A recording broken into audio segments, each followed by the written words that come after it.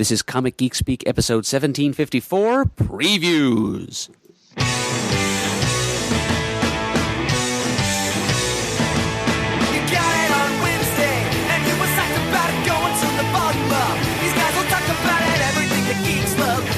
Laser beams, opinions like the seasons on everything you read in comics, movies, games, toys, artists, comic geek speak, comic geek speak, comic geek speak, comic geek speak,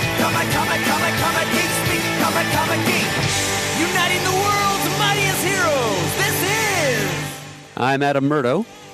I'm Ian Levinstein. And I'm Chris Everly.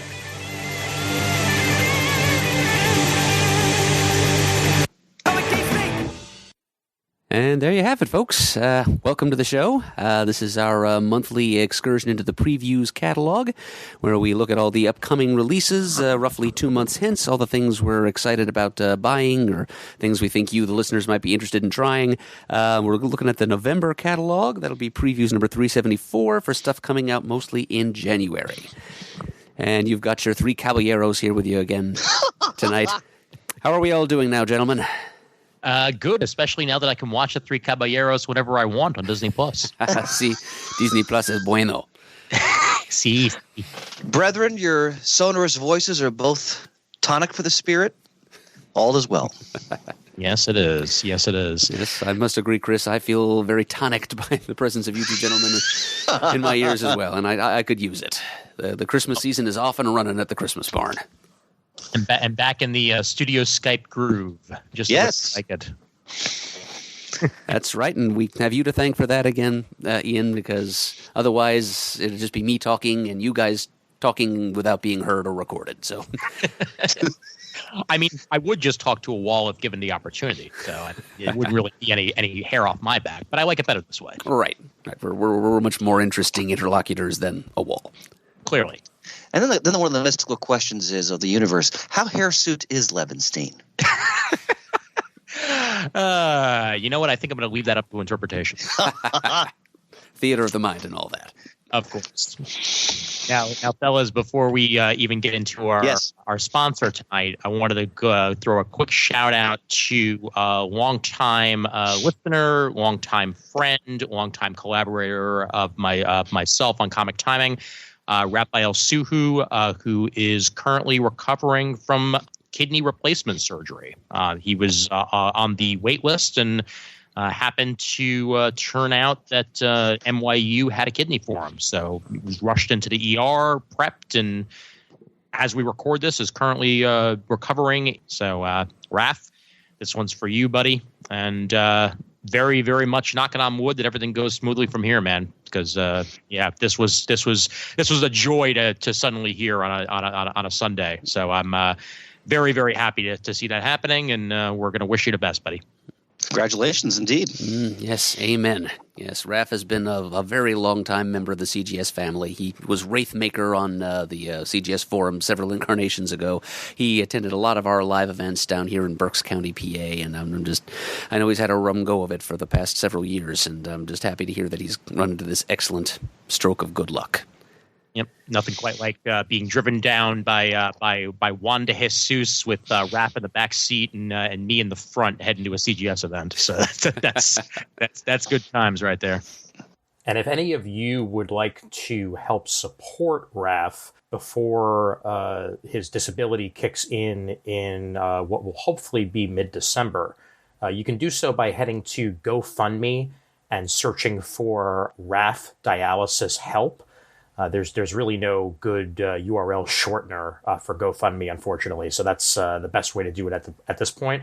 But I'm going to go ahead and post on the comic forums the link as well, which you'll be able to find in the episode feedback thread for this episode. So again, go ahead and head to GoFundMe and look for Raph Dialysis Help. Raph is spelled R-A-P-H. And any bit of money that you can donate to this fund would be greatly appreciated. He's looking for about $3,000, and he's only about $500 short of that at this point. And that's going to help him continue to get better that's really all that matters the most at this point. Anything that you can give would help and would be greatly appreciated. All right. Well, let us once again strap on our gear, and that actually sounded way too suggestive. I'm sorry. You know what? I just won't speak for a moment. Someone else take over. Well, you know what? The gear that we need in order to go forward is all delivered in a very promptly fashion by our sponsor. And who is our sponsor? Why, our sponsor, Ian, for this and every CGS Previews episode is Discount Comic Book Service. Their website is dcbservice.com, and they ought to be your first stop and best source for all of your comic book online pre-ordering needs. They offer their trademark bundles. Every month you have the opportunity to order a whole bunch of comics from a single publisher or relating to a single crossover or just having some theme in common. The whole shebang for 50% flat blanket discount off the cover price of the total amount. This month there's going to be a Marvel bundle and a couple different DC bundles, as per usual. Individual comics are also sharply discounted at dcbservice.com, particularly from the major publishers. Marvel, DC, Image, Dark Horse, New Comics. They start at 40% off. Other publishers, the discount tends to be a little bit smaller, 30 or 35% off. But in special occasions, every month there are a few spotlightable deals, certain special 50% off comics, some of which we'll be highlighting for you as we go through the catalog in this episode. Trade paperbacks and hardcovers from the major publishers are also automatically at a sharp discount. You decide how often in the course of a month you want your monthly shipment from DCB Service to be sent to you. It can be monthly or every 2 weeks or even weekly for a small extra fee. You can also, for another small additional fee, choose to have them bagged and boarded for you. Choose from a variety of grades of bag and or board. And, of course, there's always the DCBS signature customer service, which we like to tout whenever we can because we've all benefited from it at one time or another. If anything goes wrong with your order, they will work with you promptly and efficiently to get that problem ironed out and to get your comics to you as ordered. So, once again, that's dcbservice.com. They're a family-owned company, and they've been good friends of our show for a great many years, so please give them your support. Yes. All right, gentlemen, you ready to strap on our gear? Dive on in here? Just putting that in people's ears a second time here. Just why not? give them a chance to savor it. Murd, I love when you get Randy. Fantastic. Yeah, baby. You know what gear can be sometimes? A protector, and that's where we begin with Image. Oh, wow, Ian. The Sultan of Segways. Really? I try, folks. You just salvaged my clunker. Well done. Hell yeah! and we do begin on page 38 with Protector number 1.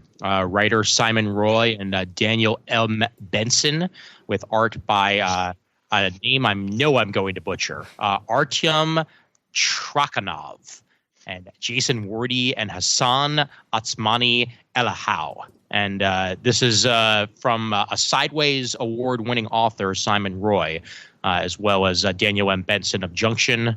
They come together for a sci-fi adventure, equal parts Conan the Barbarian, Mad Max, and The Expanse. That is a pitch.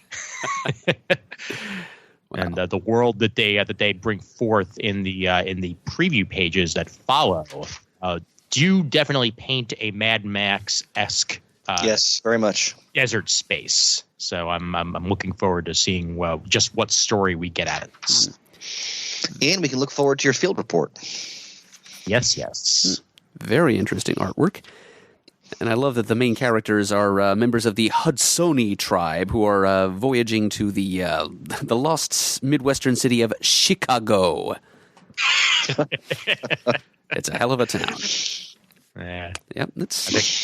Immediately think of New York in Futurama with old New York underneath it. Right. And if you'd like to try this gem of apocalyptic fiction, it's 50% off at dcbservice.com. It's one of those spotlighted deals I was mentioning earlier. Nice.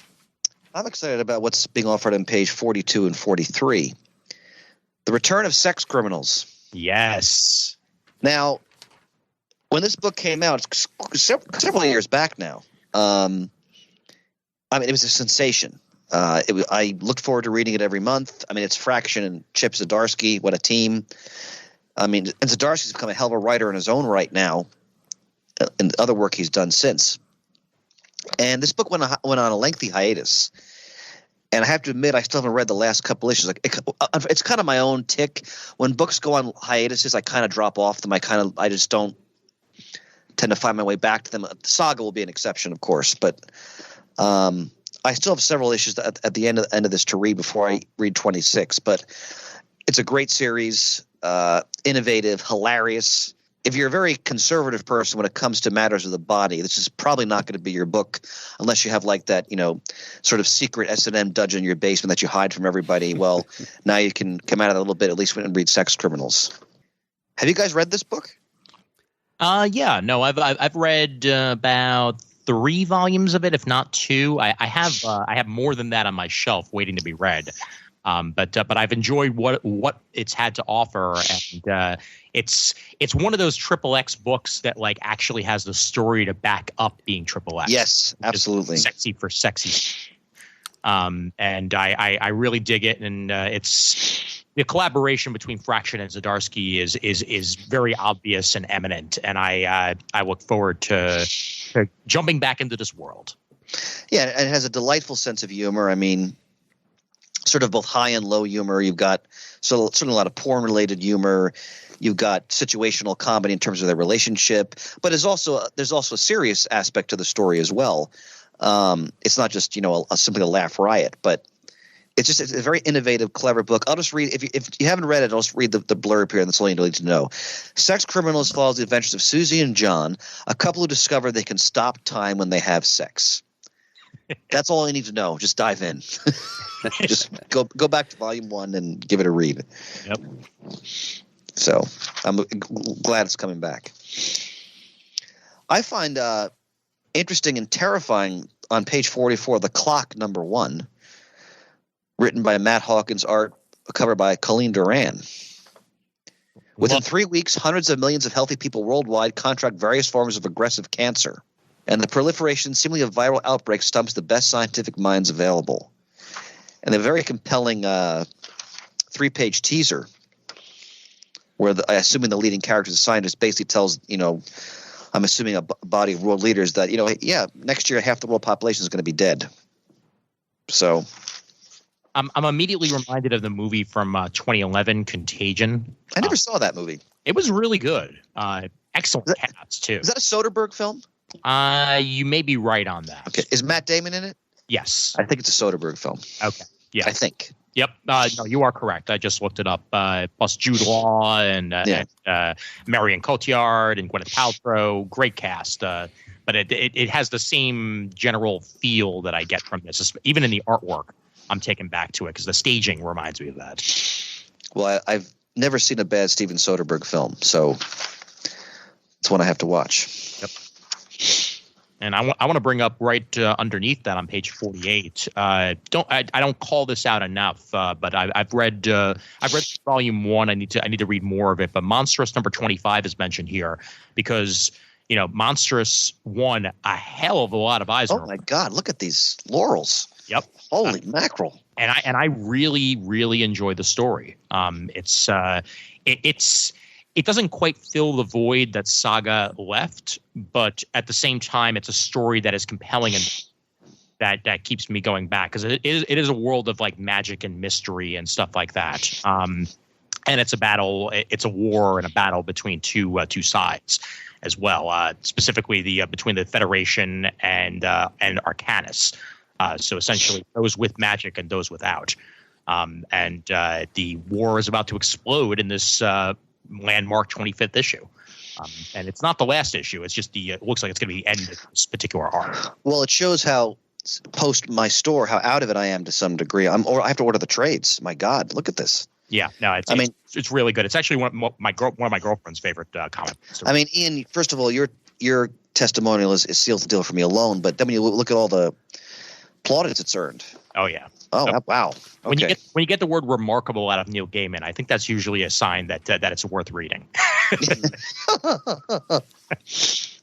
All right, terrific. Yep. All right, well, I'll mention on page 51, November Volume 2, the hardcover, crime noir from Matt Fraction. I never read Volume 1. Well, I'm slipping in my advanced middle age.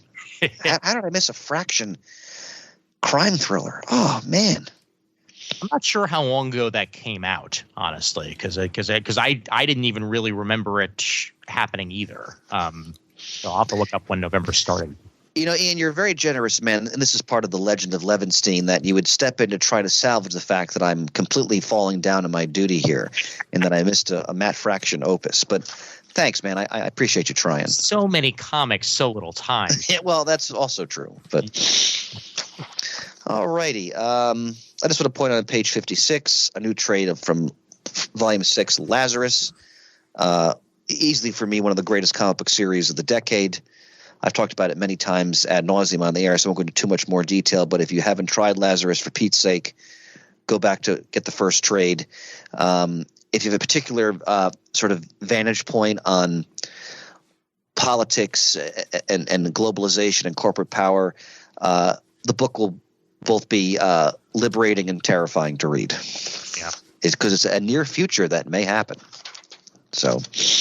And I'll point out on page 53, it's an advanced solicitation. I may have very well brought up issue 1 when we were talking about it back in the day, but Space Bandits by Mark Miller and art and cover by Matteo Scalera, who, and just from the cover alone, like I've seen some of Matteo's artwork in the past, but the colors are so deep and vibrant on that cover, and it's such an ease like sci-fi pastiche that I'm immediately sucked in, and it's just maybe worth picking up as a trade just for all issues right there. And it's an image trade and it's a first volume, so I'm sure you're probably going to be getting a decent price on it as I look it up right now. DCBS has it for $10.19, so you can get all 5 issues of that to get yourself started. Yeah, you usually can count on Image to try to lure readers in when they could do the volume 1 of a trade. Yep. Which is to me, it's just a no-brainer sales technique. It always works. I have a question because I've never read this book, and maybe one of you have. On page 68, has anyone ever read the title "Manifest Destiny," which is about Lewis and Clark and their core of discovery in a more supernatural sense? No, can't say I have. I've heard of it a couple times, but I haven't actually picked it up. I can say that I will have read it sometime along the line because I think I bought the first year or so's worth of issues, or at least the first arc. And yeah, it's just as you say, Chris. It's Lewis and Clark's expedition making their way across kind of an alternate reality North America, which is populated by all kinds of fantastic, mythical and mystical creatures and entities, which complicates their core of discovery's mission considerably. So it's still going strong here at issue number 40. It hasn't been published continuously during that time. That's kind of Image's way. You know, these things are published for the length of an arc or a season or what have you, and then they go away for several months or a year, and then they come back a little bit later on and might continue their numbering and might not. But this is one that has continued its numbering, and I've kind of lost touch with it, but I thought it was a pretty interesting concept when it first came out. So remember the Time Bubble docs at that run of comics. I look forward to your reaction. Yep, if any of us are still here to hear it. We just got real dark for a second. Suddenly mortality is staring us right in the face. Well, Murd, I'm when it comes to you, I'm just a wellspring of faith. So I appreciate your optimism, Chris. I will latch onto that for myself. The way the time bubble works, though, it could be docking in the past, it could be docking in the present, it could be docking in the future. We just don't know. That's a valid point, my friend. That's true. The possibilities are nigh endless. I wanted to mention on page 71, I mentioned this last month, but just to follow up. So the Old Guard issue 2, which is the Greg Rucka, Leandro Fernandez volume 2 about the soldiers from different time periods who discover they're immortal. And they, in the present day, they form sort of a mercenary, like black ops team to make a living. Their leader is thousands of years old. The miniseries was tremendous, innovative, exciting, very astute politically because, it's Greg Rucka in terms of the world that he creates. And it says here that it's going to be on Netflix with Charlize Theron, Chiwetel Ejiofor, who's a great actor, Harry Melling from The Ballad of Buster Scruggs. Veronica, how do you pronounce her last name? I don't want to butcher it.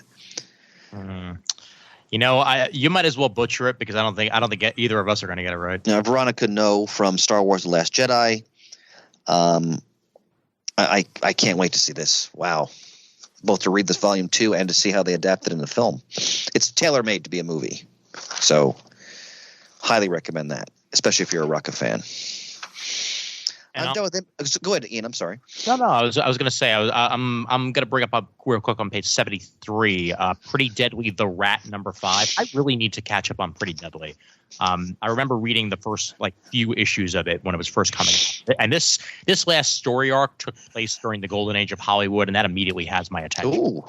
The final issue of the Rat story arc, and it's like a popular mythic fantasy series. So they're setting it in our times, but at the same time also a fantasy session, a fantasy setting. And the next arc is going to be called The Butterfly and takes place in the Great Depression. Oh. So very, very intrigued by that. And Kelly Sue DeConnick rarely does me wrong. So this is issue 5 of Kelly Sue DeConnick and Emma Rios's Pretty Deadly, The Rat. And that'll be collected shortly. Well, I love when they put a story in historical context like that. Yep. That's it for me. Shall we move on to Dark Horse then? Let us do. All right, if you're a Stranger Things fan, they have a new miniseries on page 80. Stranger Things Into the Fire, issues 1 and 4, written by Jody Hauser. Art by Ryan Kelly. So this follows some of the machinations of the Dr. Brenner character and some of his former subjects and what's happening to them after the fact. So, and they're going on let's see. 2 of Dr. Brenner's former subjects seek to live normal lives, but they've escaped the lab. When news reaches them that the lab is shut down, they go on a harrowing search for 9, a powerful pyrokinetic whose shattered psyche threatens to burn them all to ashes if they can't find her and free her from her own malevolent imagination. Well, something to tide you over until season 4 premieres. Yep, and I'd much rather see them play this out in comic books than on the show, because I feel like those were some of the weakest episodes of the show when they went with some of the other subjects. So I hope it works a lot better in comic book form. Well, I see your point because everybody loves the main characters so much, or has favorites among the main characters, and they're so well developed. And realize that you just want to keep seeing what's happening with them. Yep. So it's a compliment in a sense to how good that show is. Page 82, Frankenstein Undone. So Frankenstein's monster enters the world of Hellboy. That sounds cool to me. Yeah, I'll say. I like the artwork by Scott Alley. Mike Mignola is writing it. I mean, that's really enough right there. Ian, on page 84, Dragon Age Blue Wraith, the name Nunzio de Philippis, I feel like I should know who that writer is. I know who Christina Ware is. I've admired her work in the past. They wrote that New Mutants series, which became Academy X at Marvel back in the early 2000s. That's where I first heard of them anyway. Gotcha. Yep. So they've been collaborating for a good long time now. I like to see collaborations that continue on and develop. Yep. And right on page 86, you have to be sold on that artwork. My God. Mike Richardson writing and Megan Kwan on the art and cover. It's probably Ja and the Dian monster. I'm assuming that's how you pronounce it. But each new year is marked by a monster's attack on their mountain village. This year, young Ja and her friend Dashi have decided to fight back. For Dashi, it is the grand adventure he has always dreamed of. For Ja, it is revenge for the loss of her mother, who was taken by a monster 5 years before. This is sort of, I mean, I'm reminded in the artwork a little bit of Avatar: The Last Airbender, and that has me, immediately interested. But the story sounds very intriguing. So it's going to be something to look for. That art is stunning. Yep. Look at the expression on her face in that cover. Wow. Oh, it's gorgeous, and it's a trade paperback to begin with. You get the whole story right at it. Now, I'm excited about page 88. I am unsurprised by your excitement. The return of the author of the Perry Bible Fellowship Almanac, one of the frickin' most funniest things I've ever read in the comic book medium. Notes on a Case of Melancholia or A Little Death hardcover. Death becomes a patient of a recently briefed psychoanalyst. That's enough, really. The topic of discussion is frolicsome child who has no apparent interest in grim reaping. Featuring an unfathomable number of lines which have been hand-chiseled into ink clay. Oh, fantastic. This labor of love by Nicholas Gurwitch invokes the morbid humor of his comic strip, The Perry Bible Fellowship, and the spooky slant film qualities of the late Edward Gorey. I cannot wait to get this. If you've never – okay, if you have a warped sense of humor and a dark sense of humor, and if you haven't read the Perry Bible Fellowship, please just turn this off right now. Go out, get it, read it, and then come back to us, because we can pontificate all we want about previews. You got to read Perry Bible Fellowship Almanac. So, very excited to see this. Now, have you guys been reading Black Hammer Justice League on page 89? Nah, I mean, I just got a hold of Black Hammer to begin with, so I got. That's right, Ian. You're a recent convert. Yep. All right, so I've just read the first 3 issues. It's fantastic, and I'll go into more detail, like in a comic talk when I finished it. But it's such a wonderful tribute to like the notion of like a team up between alternate realities. Murd, you'd love it, but it has that Black Hammer sensibility. So there's that edginess to it. Fantastic. Can't recommend that enough. So Ian, once you've really explored the world of Black Hammer, then definitely pick up this crossover. Will do. All right. What else jumps out at us for Dark Horse Brothers? Well, we've got the annual Hellboy Winter Special, which is delaying its release until mid-January this year, I noticed, making it a more true winter special as opposed to a thinly disguised Christmas special, which is what it has somewhat often been. And some of the Hellboy winter specials in the past have been really pretty stunning. I remember a story called Krampusnacht that came out in a Hellboy winter special a couple of years ago. I think Adam Hughes might have illustrated it.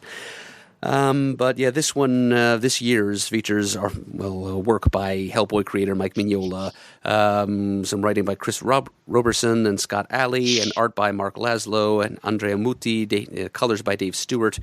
And it looks like we're, among other things, there's going to be a bit of a Scrooge riff happening in this year's Hellboy special. So, I'm going to throw that in my cart. We're always looking forward to your analysis of holiday or winter themed stories. So I'm anticipating your thoughts on that one. Hot cocoa and a winter special. Let's do it. Let's see. I mean, there's other things in here, but I've already talked about them in previous episodes, so I don't want to drone on. But anything else they want to say for Dark Horse? Not really. I'm looking down here if there's anything else rolling for me. But like you said, a lot of repeat offenders this month. And nothing wrong with that. It just means there's ongoing series that are still finding life, which is wonderful. I'm ready to move on to DC if you guys are. Murd, you ready for that? Let's make it so. Yeah, make it so. All right. Wonder Woman issue 750. Wow. Yeah. 96 pages. That's crazy. And I mean, written by everybody with art by everybody again.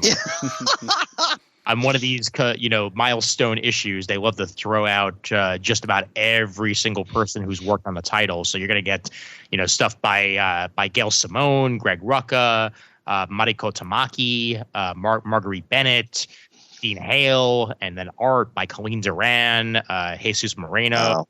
Gabrielle Piccolo, covered by Joelle Jones. I mean, please, the talent is amazing. Issue 750. Now, Murd, do you think they're taking the numbering back to when she got her own comic in the Golden Age, Wonder Woman #1? I'm pretty sure, yes. Okay. I think that's what we're up to here. Because she first appeared in, was it All-Star Comics? Yeah, it was a backup story in All-Star number 8, I think. And then That's she right. jumped from there Okay. into Sensation Comics number 1. That's right. And then on the very next page, Deja Vu all over again, Birds of Prey number 1. They swear this time it's going to come out. Written by Brian Azzarello, art and cover by Emmanuel Lupatino and Ray McCarthy. I am way less interested in it now than I was even then, to be completely honest with you.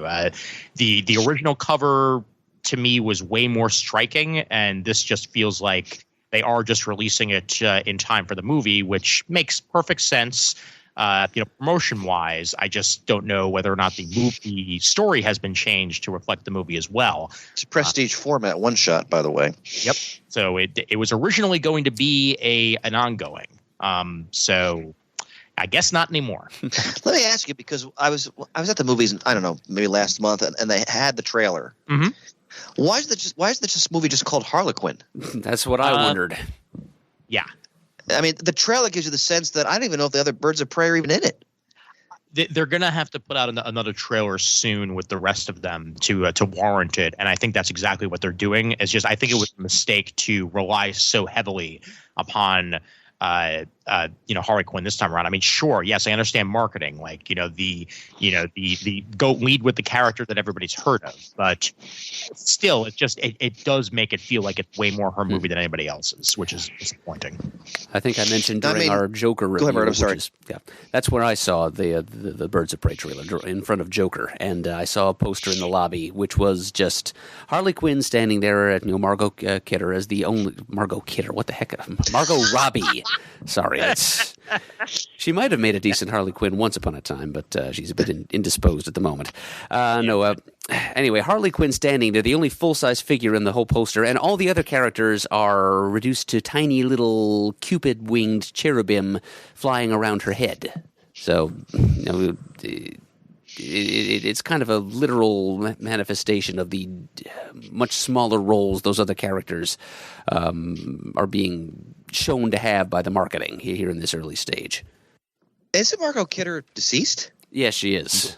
Okay, that's what I thought. She's otherwise indisposed. All right, fair enough. Well, on the next page, we have a new era in Batman. So Tom King has left the book with issue 86. Now we have James Tynion in the fourth. Art by Tony Daniel and Danny Mickey. Forgive me if I mispronounced that. Mm-hmm. Are you guys going to try this or no? I might give it a shot. I mean, if only for the James Tynion the fourth is a great writer, and he is on Detective before. So I hope that we get something great out of this. It's just I also worry that this is a stopgap measure until they find an actual new writer. They're not saying that right now, but it wouldn't surprise me. Yeah. No disrespect to James Tynion, who I'm sure is going to bring some good things to the table here, but I'm just going to enjoy not buying a Batman monthly book for a little while and just give my budget a break. Mert, I'm following your lead here as well. It's just a matter of all the times there's new creative teams, I shuffle things around just for the interest of time and money, basically. So I like Deathstroke being in it, so that may draw me in to at least try issue 86 in one form or another. So we'll see. All right. I wanted to point out on page 12, I always like to give this writer a shout-out. Kyle Higgins is doing guest writing on Aquaman. And guest art is Aaron Lopresti and Matt Ryan. Now, I love the Aquaman character. I haven't been reading the book lately. I fell off it after Abnett ended his run, which I really enjoyed. It was Abnett, right? Yeah, I believe. Yeah, okay. So, but I'm going to go back to it because A, it brings the concept of the trench back, and B, it's Kyle Higgins. So I'm sure it's going to be, worth a read. I'm actually jumping back to page 8. Superman Heroes number 1. This is the reveal that they've been teasing for a while now of Superman revealing his identity again. But look at the team behind this book. Bendis, Fraction, Hauser, and Rucka, with art by Kevin Maguire, Steve Lieber, Mike Perkins, and others. Kevin Maguire, wow. Yeah, with a stunning cover by Brian Hitch. I don't know if the story is going to be what I'm looking for, but I'm certainly going to check it out to see what this is with as many people of high regard as there are on this one shot. So, Man, Heroes #1. I may try this as well, my friend. Yep, this is not what I was expecting this big Superman reveal to be. His ditching his secret identity, I assumed that meant he was just going to fake Clark Kent's death again, but apparently no. His dual ID will be revealed to the world. I don't think they've tried this in continuity before. So that makes it somewhat interesting. I mean, it's only a matter of time. There's been numerous imaginary stories from the Silver Age. Oh, sure. Not a hoax, not an imaginary story. Until some cosmic Kodad comes in and makes it all an imaginary story. Which, seem to recall. I just recently read the story where Hal Jordan as the Spectre gives Wally West his secret identity back after he revealed it in the early post-crisis days. Oh boy. Yep. And then of course there was one more day, but that's let's not bring that up. Let's that up. That was yeah. I still recall fondly the CG's episodes that addressed One More Day, and just some of the outrage. They were fantastic listening experiences. I seem to recall Jamie had his soapbox music played for him as he. Oh, it was vintage Jamie D. Just authoritative, majestic soapboxing.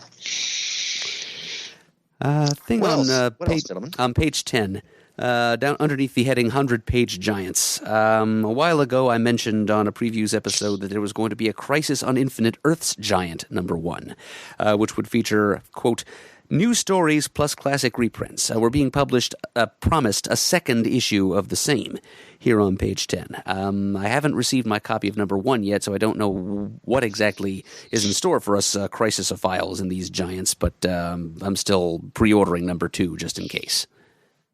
We're looking forward to your field report on those. Mm-hmm. Yep, I think you'll get it from both me and the Rios. And, speaking of that, to our listeners, if you haven't listened to the latest installment of the Crisis tapes, please do yourself a favor.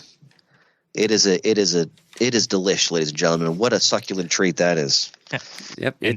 And similarly, if you want a side story involving Dead Man, listen to the Back to the Bins episode we were all on. Yes, that was a lot of fun. Thanks again to Paul for having us on. Oh, yes, absolutely. Always a good time hanging out with the Bins guys. Heck yeah. What else, gentlemen? I don't think I'm going to read it, but on page 19, Neil Adams is getting Neil Adams crazy again. with 3 different Batmen on the cover there fighting it out. And they have numbers indicating which version of Batman I guess they are in the story. Sure. How else would you tell them apart unless you have a scorecard? And Dead Man, we're talking about Batman versus Ra's al Ghul, #5. Yep. Dead Man is in it as well. Yes, he is. God, I love Neil Adams' artwork. I haven't read yet. I have it on my pile. I just got, or my last shipment, I got the latest Batman annual by Tom King. I'll do a report on that in our next Comic Talk. I'm really looking forward to reading that. And Ian, did you point out on page 24 that Joshua Williamson is writing the relaunch of the Flash that you won? That is correct. That's very impressive. Yeah, ever since the rebirth started, it's been him. And are you reading this series? I'm way behind, but I am reading it. I do plan on catching up shortly, just so I can read the whole year 1 storyline. So you're enjoying it? I am enjoying it. Yes, it's really good. I mean, it's not Wade level, but at the same time, it does create some interesting new characters, and the story has actually been very compelling. So. And Murd, have you read on the next page any of the new Freedom Fighters series? I was going to mention that, Chris. #9, I think, just came out this past October. I've certainly been buying it. Haven't been following the developments within very closely. I just kind of vetted the first couple issues and decided, yes, this was an approach I liked to these characters, this team that I've always enjoyed very much since the Bronze Age. And there was a moment in Freedom Fighters number 9. I don't want to spoil too much of what happens in that issue, but you get to see Uncle Sam really uncorking the true extent of his power. And Uncle Sam, as the embodiment of the American spirit, he is a godlike force. It was established back in the 90s Spectre series by John Ostrander and Tom Mandrake that the Uncle Sam has power levels almost in common with the Spectre, just depending. Wow. Yeah. I didn't know that. Okay. Yeah, so not quite as cosmic, but he can still do some pretty serious damage to the enemies of America. And here in the parallel Earth of Earth 10 or Earth X, whichever you prefer, there's plenty of enemies of America to go around. So it was really cool to see that moment close to the beginning of issue 9 where Uncle Sam goes... makes us USA proud. And so here we have on page 26, the final issue of this 12-issue maxi series. Now, Murr, just to refresh, Earth X, that's a world where... Did the Axis win World War II? That is correct. Okay. Yep. And the Freedom Fighters leading resistance against them? That is also correct. Yeah. Now, back in the Bronze Age, they were the only superheroes or superpowered beings left on that Earth. But post-crisis, whenever we've dealt with the Freedom Fighters, usually there are Nazi versions of like mainstream DC characters, like the Justice League, basically, showing up. That's what happened on the Earth X of the DCEU, the CW TV Arrowverse shows, and that's what's been going on in this maxi series also. See this solicitation for number 12 mentions the Plastic Men, the SS in there, as in Schutzstaffel, the Nazi Secret Service. So there's Nazi versions of well-known DC characters. Plastic Man, though, is a Quality Comics character from back in the 40s, and so technically he ought to be one of the Freedom Fighters himself. He's been classified as such at times in the past, but not for the purposes of this maxi series. He's one of the bad guys. And wait, was Black Hawk Quality Comics? He was. Yes, he was. Okay. He was one of the very first Quality Comics characters that found its way into DC Comics, though, when they bought their library. It took until the 70s for the other characters that became the Freedom Fighters, Uncle Sam, Dollman, the Ray, and so forth, to find their way into the DC universe. Now, Mert, I asked this question not only for my own edification, but in part because I wanted to hear you wax rhapsodically about this history. You did not disappoint. I got a bolt of electricity right at my spine. You ready for a second jolt, Chris? All my chakras are now open. I got a second one for you, Chris, if you're willing and able. Just please. Brace yourself. If we can turn to page 28, I was planning to murd out a little bit about this anyway, but since you've set me up, Chris. All right, so we're looking at Gotham City Monsters number 5. Right? This is a 6-issue miniseries written by Steve Orlando, art by Amanke Nahuelpan, and it features this interesting Suicide Squad-ish team of monstrous characters, some of them Batman villains. You've got Killer Croc in there, Lady Clayface, and a lesser-known character called Orca. Also Andrew Bennett, I, Vampire, and the Grant Morrison-created Frankenstein's monster. And they are going up against kind of a interdimensional demonic bad guy called Melmoth. And on the cover of number 5, it's been a good miniseries so far anyway, just an interesting mix of characters. But now they're going up against a group of bad guys called the Monster League of Evil.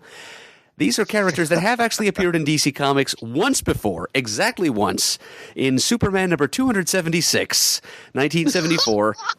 Those of you who listen to our Spotlight on Shazam in the Bronze Age episodes, this was the Superman meets the Captain Marvel analog Captain Thunder issue.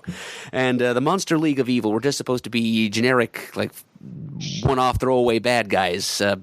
Basically, the writer Elliot Maggin took the name the Monster Society of Evil, classic antagonist of the original Captain Marvel, and changed Society to League to create analogs for the Captain Marvel analog Captain Thunder to go up against.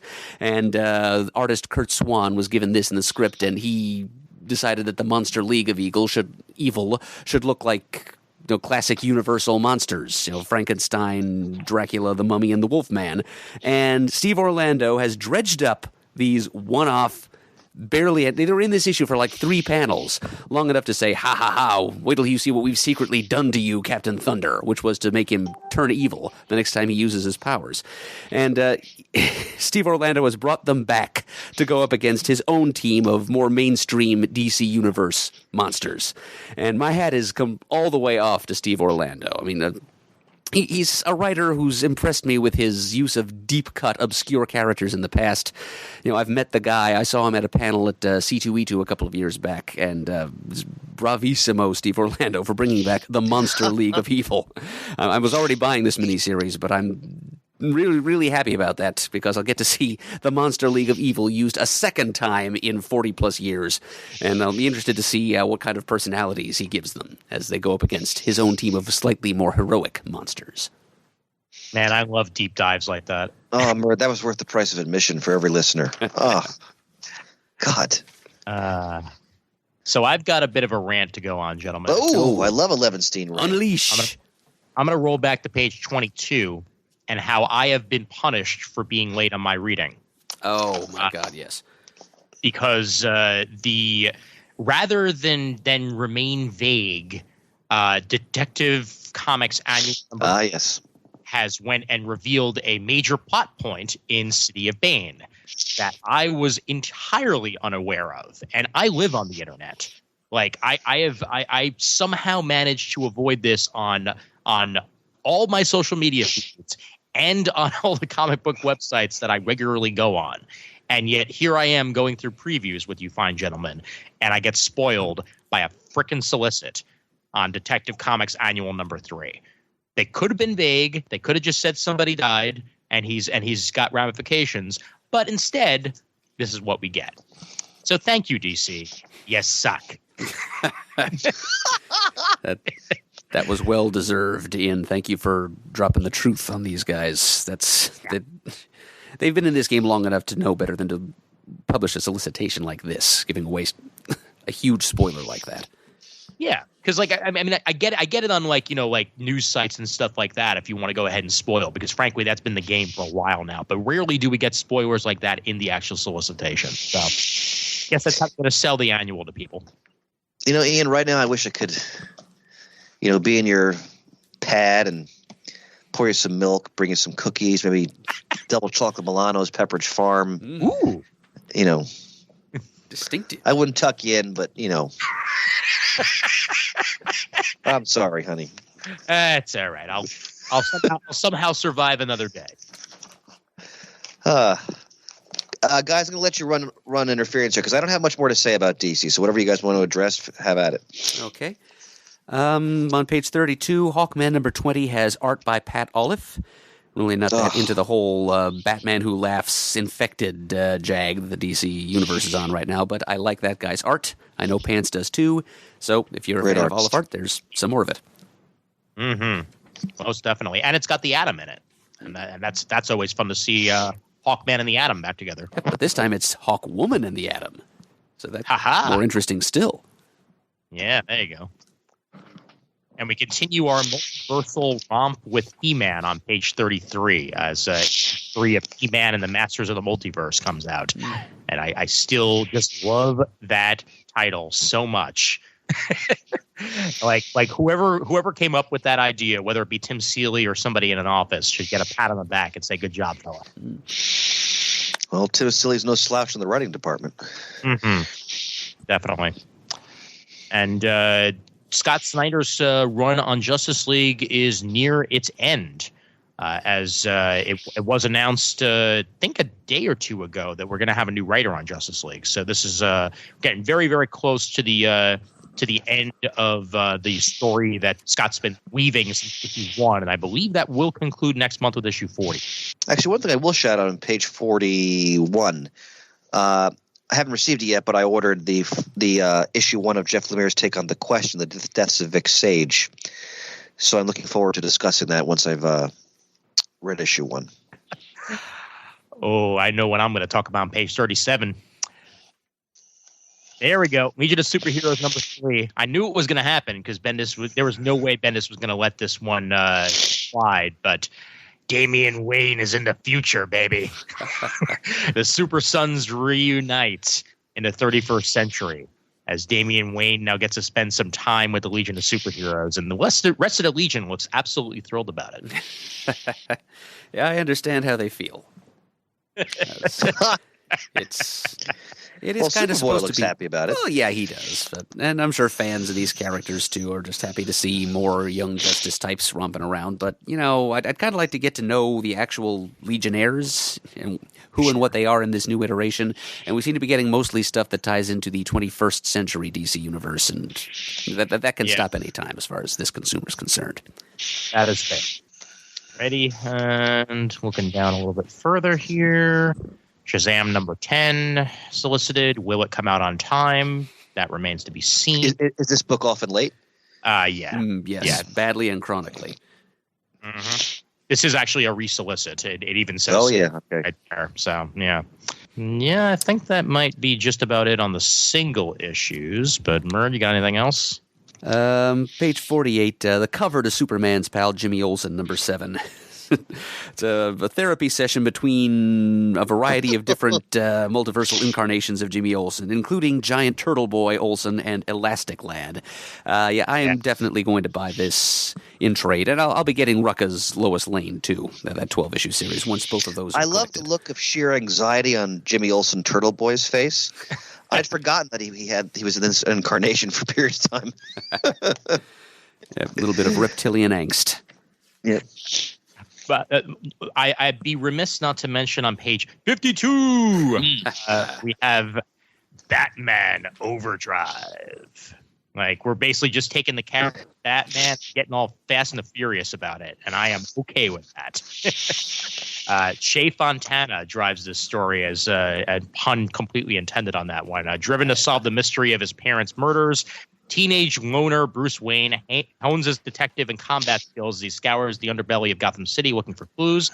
Feeling responsible, Bruce is eager to find someone to pin the blame on so he can absolve himself of the guilt he feels.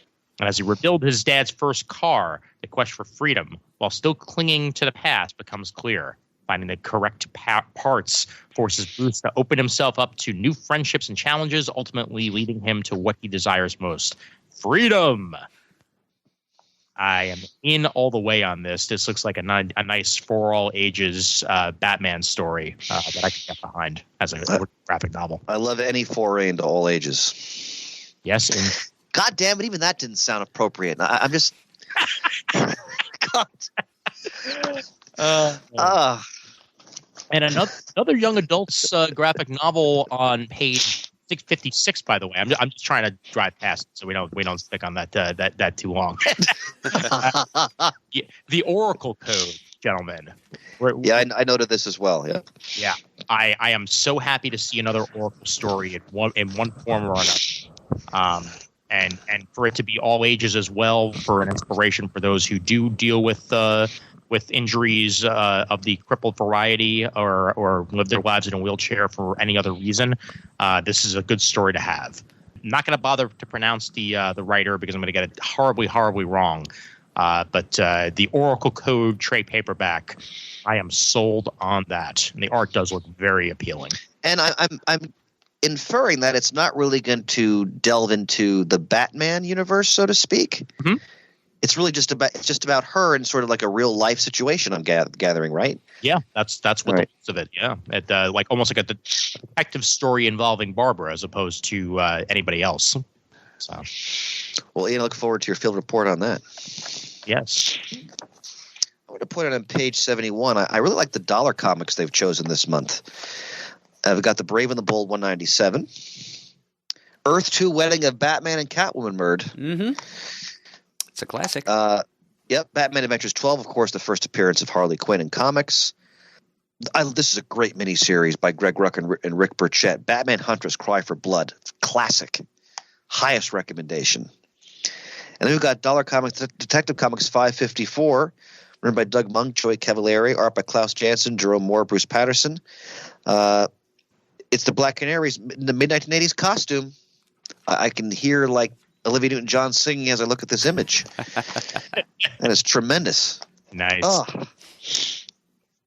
And one back of that, by the way, from the Dollar Comics, because I pick it up every single month. I'll just go ahead and do it again. Young Justice number 12, a crossover amongst all the Wonder comics. We got Naomi, the Wonder Twins, and Young Justice all in one title. Enough said. Do you think Dial H is in there somewhere too?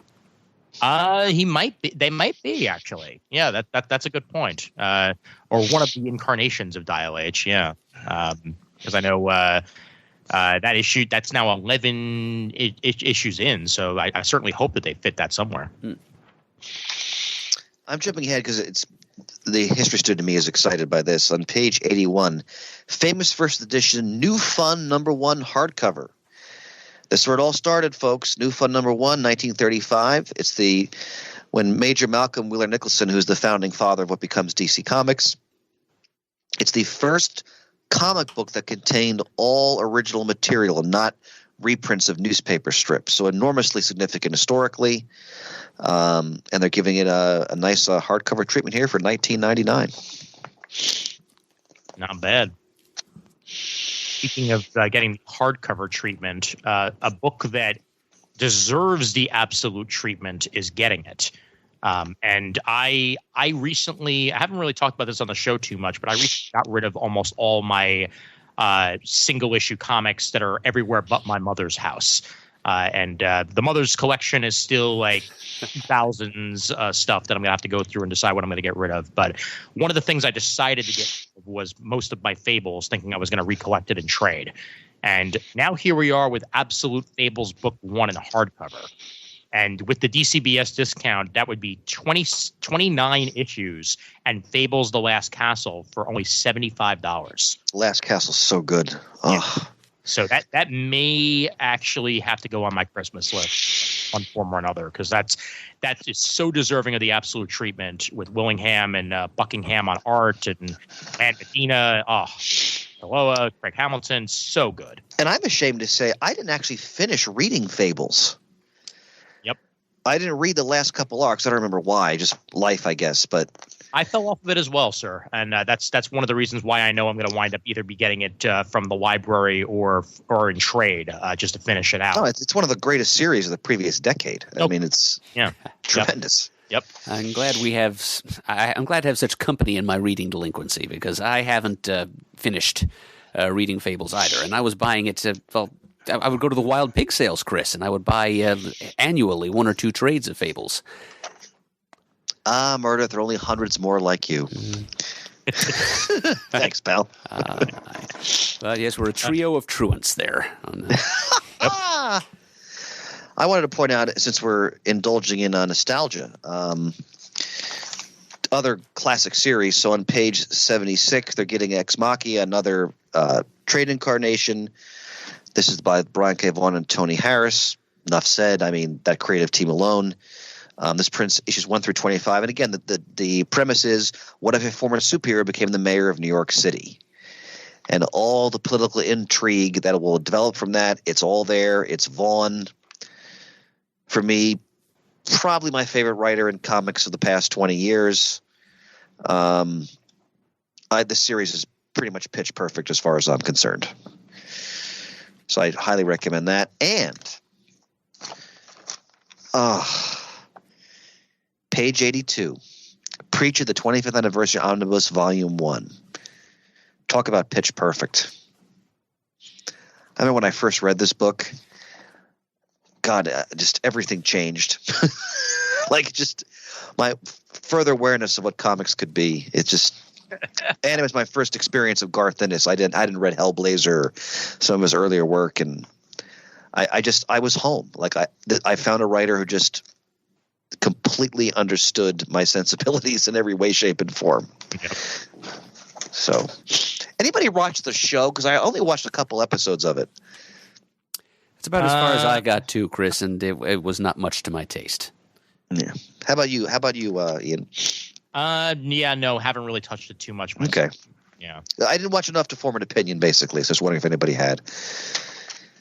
I'm done with DC unless you guys have something else you want to address. Paging Shane Kelly, page 79, Justice League Corporate Maneuvers. For For the first time since the start of the 1990s, Justice League Quarterly returns to print with quirky adventures from the Justice League International era. I almost guarantee you he will be buying that in one form or another. Well, he would say crap on a cracker, but the Gift Demetrius stuff is not crap on a cracker. Yes. So, but I love the image of like Shane in like a general hospital situation as you're paging him, and he's trying to like remove himself from the balloon closet where he's like inappropriately involved with like a young intern. Fantastic. That old rascal. Anything else from DC, brothers? Let's see. That's about it. Page 75. As the Shazam scholar that I am, I'll point out Billy Batson and the Magic of Shazam, Book 1 softcover.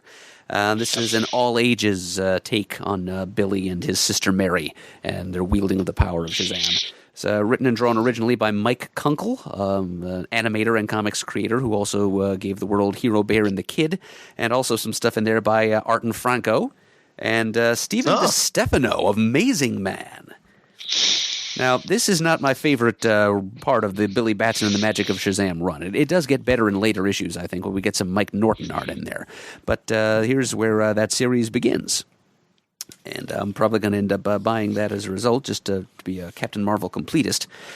And on page 84, there's a collection called Swamp Thing Tales from the Bayou. This is a trade paperback of a variety of Swamp Thing stories culled from recent one-shots. Cursed Comics Cavalcade #1, Swamp Thing Winter Special #1, etc., and some stories taken from the, I think it's one of those Walmart series of giants, the Swamp Thing Giant series, numbers 1 through 7. So those are all being collected here with stories written by Tim Seeley, Tom King, Brian Azzarello, and Mark Russell. Art by Joel Jones, Steve Pugh, Kyle Hotz, Aaron Lopresti, Greg Capullo, Fraser Irving, Jason Fabok, Mike Perkins. Good grief. Some really talented people. And so some of these stories, having been published in like oversized and fairly expensive one-shots that I'm guessing not that many people chose to buy. These are some recently published rarities. So for a Swamp Thing fan, I would recommend that volume. All right. Okay. And now I think I have shot my DC bolt. All right. Then let us put in a new magazine and move on to IDW. All right, lock and load. I'm right on page 123. That is exactly where I will. Please go right ahead. Ghostbusters Year 1, issue 1 of 4. Writer Eric Burnham, art Dan Schoening. So, in anticipation of the new Ghostbusters feature film coming to theaters summer 2020. I didn't know it had a release date yet. They look back at the boy in gray's first year in the job, showcase #4 in Scene Adventures, and they're focusing on Winston Zeddemore. Winston relates the story of his very first bust, so we can finally know what kind of stuff he's seen that will turn you white. Ah, fantastic. Do we know anything more about this movie? That little teaser they showed? All we know is that Bill Murray will be back. Really? They did confirm that. Wow. We don't know in capacity or for how much of the movie. But he has confirmed that he was just looking for a script that he loved and he found it, and that was the only thing that was stopping him back. Otherwise, he would have had a Ghostbusters, Ghostbusters 3 years ago. So they finally got through to his answering machine. Okay. Yep. Finally did it. Have you seen the Bill Murray documentary on Netflix? No, I don't think I have. I don't know if it's still on there. It's a guy who's trying to like find Bill Murray. Huh. And it's just all about he's talking to people who've interacted with Bill Murray and what things Bill Murray would do with just regular people as he wanders around America. It's tremendous. Oh wow! Okay, I highly recommend. I'm sorry, I don't remember the name of it. I'm sure you can find it easily online. But is it the Bill Murray stories, life lessons learned from a mythical man? Yes, I think so. Okay. Yep. That is indeed still on Netflix, and it's from 2018. Excellent. Adding that to my list and watching it probably this week. Ian, I look forward to your reaction, sir. Yep. Since we're all 80s nostalgia, yes, let's go to page 127 for Teenage Mutant Ninja Turtles number 100, presented as deluxe hardcover. Tom Waltz and Kevin Easton are your writers, and the amazing Dave himself and Mateus Santaluco are the artists. And revisit one of the biggest books of 2019 with a split-size deluxe hardcover version of TMNT number 100, featuring behind-the-scenes artwork, commentary, and rare cover artwork. I can only imagine just how beautiful that looks in a hardcover form, because it's Wachter. So enough said. Oh, I think he's one of the best artists in comics. Yep. He's amazing. Yep. So, Real stand-up guy, too. Yep. Mm-hmm. Yep.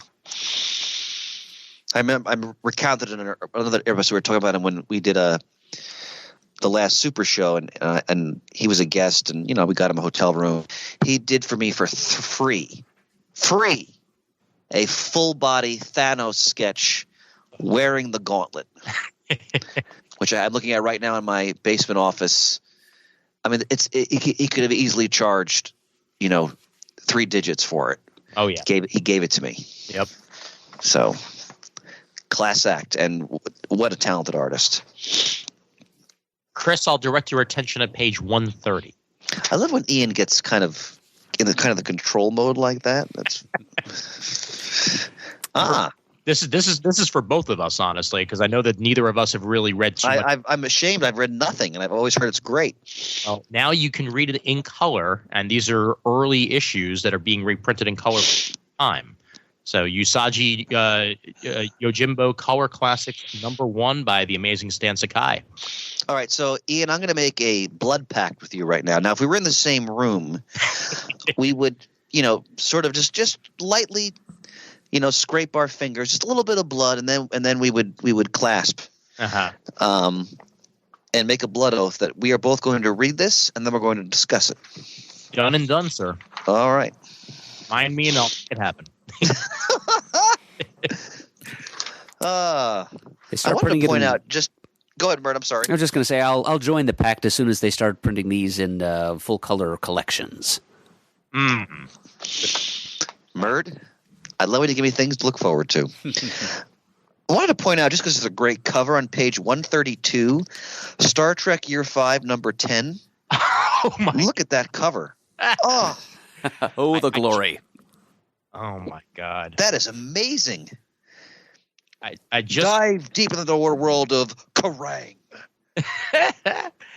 I just started watching Discovery again after giving it up a while ago, and I'm on episode 10 of season 1, and it's really starting to kick in gear now. So I've never watched that because I don't have CBS, but I'm going to get it when Picard comes out, at least temporarily. Mm-hmm. I'm starting to rack up though too many of these channels though. It's going to get too expensive. You and me both, man. But hey, I got Disney Plus for 3 years, so hey. I got it for a year, and we will talk about The Mandalorian in a future episode, of course. Yes. When is Picard coming out? We still don't know. It's next year, right? Yeah, next year. I think they did set a release date. While you guys just your next book, I'll see if I can find it. Great. Let's see if I got anything else I wanted to. January 23rd. Oh, thank you, sir. Mm-hmm. And how much is CBS All Access? That's a good question. I'm currently in a streaming service exchange program, a friend of mine, where I get their all access password and they get my Disney Plus password. So I'm not quite sure at the moment. Don't you love how Ian is like he navigates sort of the underworld of streaming, and he has all these sort of safe harbors he can dock in and. Oh God, Much more seasoned navigator than either one of us, Chris. Yeah, that's for sure. But really, it's what you got to do for some of this stuff because it just gets so damn expensive. Limited commercials are $5.99 a month. Yeah. Okay. So I mean, that's if you're watching, multiple stuff, it makes it worth it because you'd be watching the digital, copy for about that much of two shows. Period. So that's not too terrible. All right, on page 150. Oh. So, the late great Darwin Cook, who we'll be talking about in much greater detail in an episode very soon, he did a series of adaptations of Richard Stark's classic part Parker series, The Hunter, The Outfit. If you ever seen the movies like Point Blank with Lee Marvin, which is one take on it, or Payback with Mel Gibson, don't see the Jason Statham one. I like Jason Statham, but that movie's terrible. But Parker is this career sort of enigmatic criminal, and he follows a particular code. And these adaptations, some of the greatest adaptations of a book in comic form I've ever seen. And the Martini edition it collects the first of The Hunter and The Outfit and 2 shorter stories. So I'm sure you can still get, they say it right here, you can get the individual hard. And by the design sense of the hardcovers is beautiful. It captures the early 60s feel when the stories are taking place. I can't recommend these enough. Again, if you want to see a master at the peak of his powers, these are the stories. Yeah. Is what would have been his birthday had he still been alive was just a couple of days ago. So Darwin's been on my mind lately. Yep. And we'll be talking about one of his greatest works very soon. Uh-huh. I'm sure you have something to say about page 152. Well, I'm just going to, do my usual, because it's a Kirby Fantastic Four Artisan Edition. So Fantastic Four Annual 6. This is some of the later work. Oh, the Doc Doom story, issues 82, 83, 84, where Kirby went all in on 2-page spreads about Latveria. It's great late FF Kirby. So how much is that? DCBS $40 or 26. Well worth it. Wow, great deal. Yep. You guys ready for Marvel? And how? Time for Marvel. All right, moving right along here. Yep. Start off with the first non-Jason Aaron Thor in quite some time. Yes. Yeah. Beautiful artwork. Woo. Oh yeah. Yeah. Now, if anybody was going to take over for Jason Aaron, I have a feeling Donny Cates is going to make us pretty happy. Well, I'm going to give this a shot because obviously I love Thor. I love his world. Yep. Donny Cates, as you said, is a strong writer, and this artwork is stunning. Oh my God. Yeah. I'm not familiar with Nick Klein. Not really that familiar with him myself. But woo, beautiful. So we'll definitely discuss that after it comes out. Guardians of the Galaxy #1. The renumbering just kind of tires me out after a while. Yeah, I know just what you mean, Chris. But the good news here is that this yet another volume of Guardians of the Galaxy is written by Al Ewing. So whatever number's on the cover, strong writer. Oh yeah, yep. And I just love saying the artist's name, Juan Cabal. I'm interested in Iron Man 2020 of 6. Written by Dan Slott and Christos Gage, and art by Pete Woods.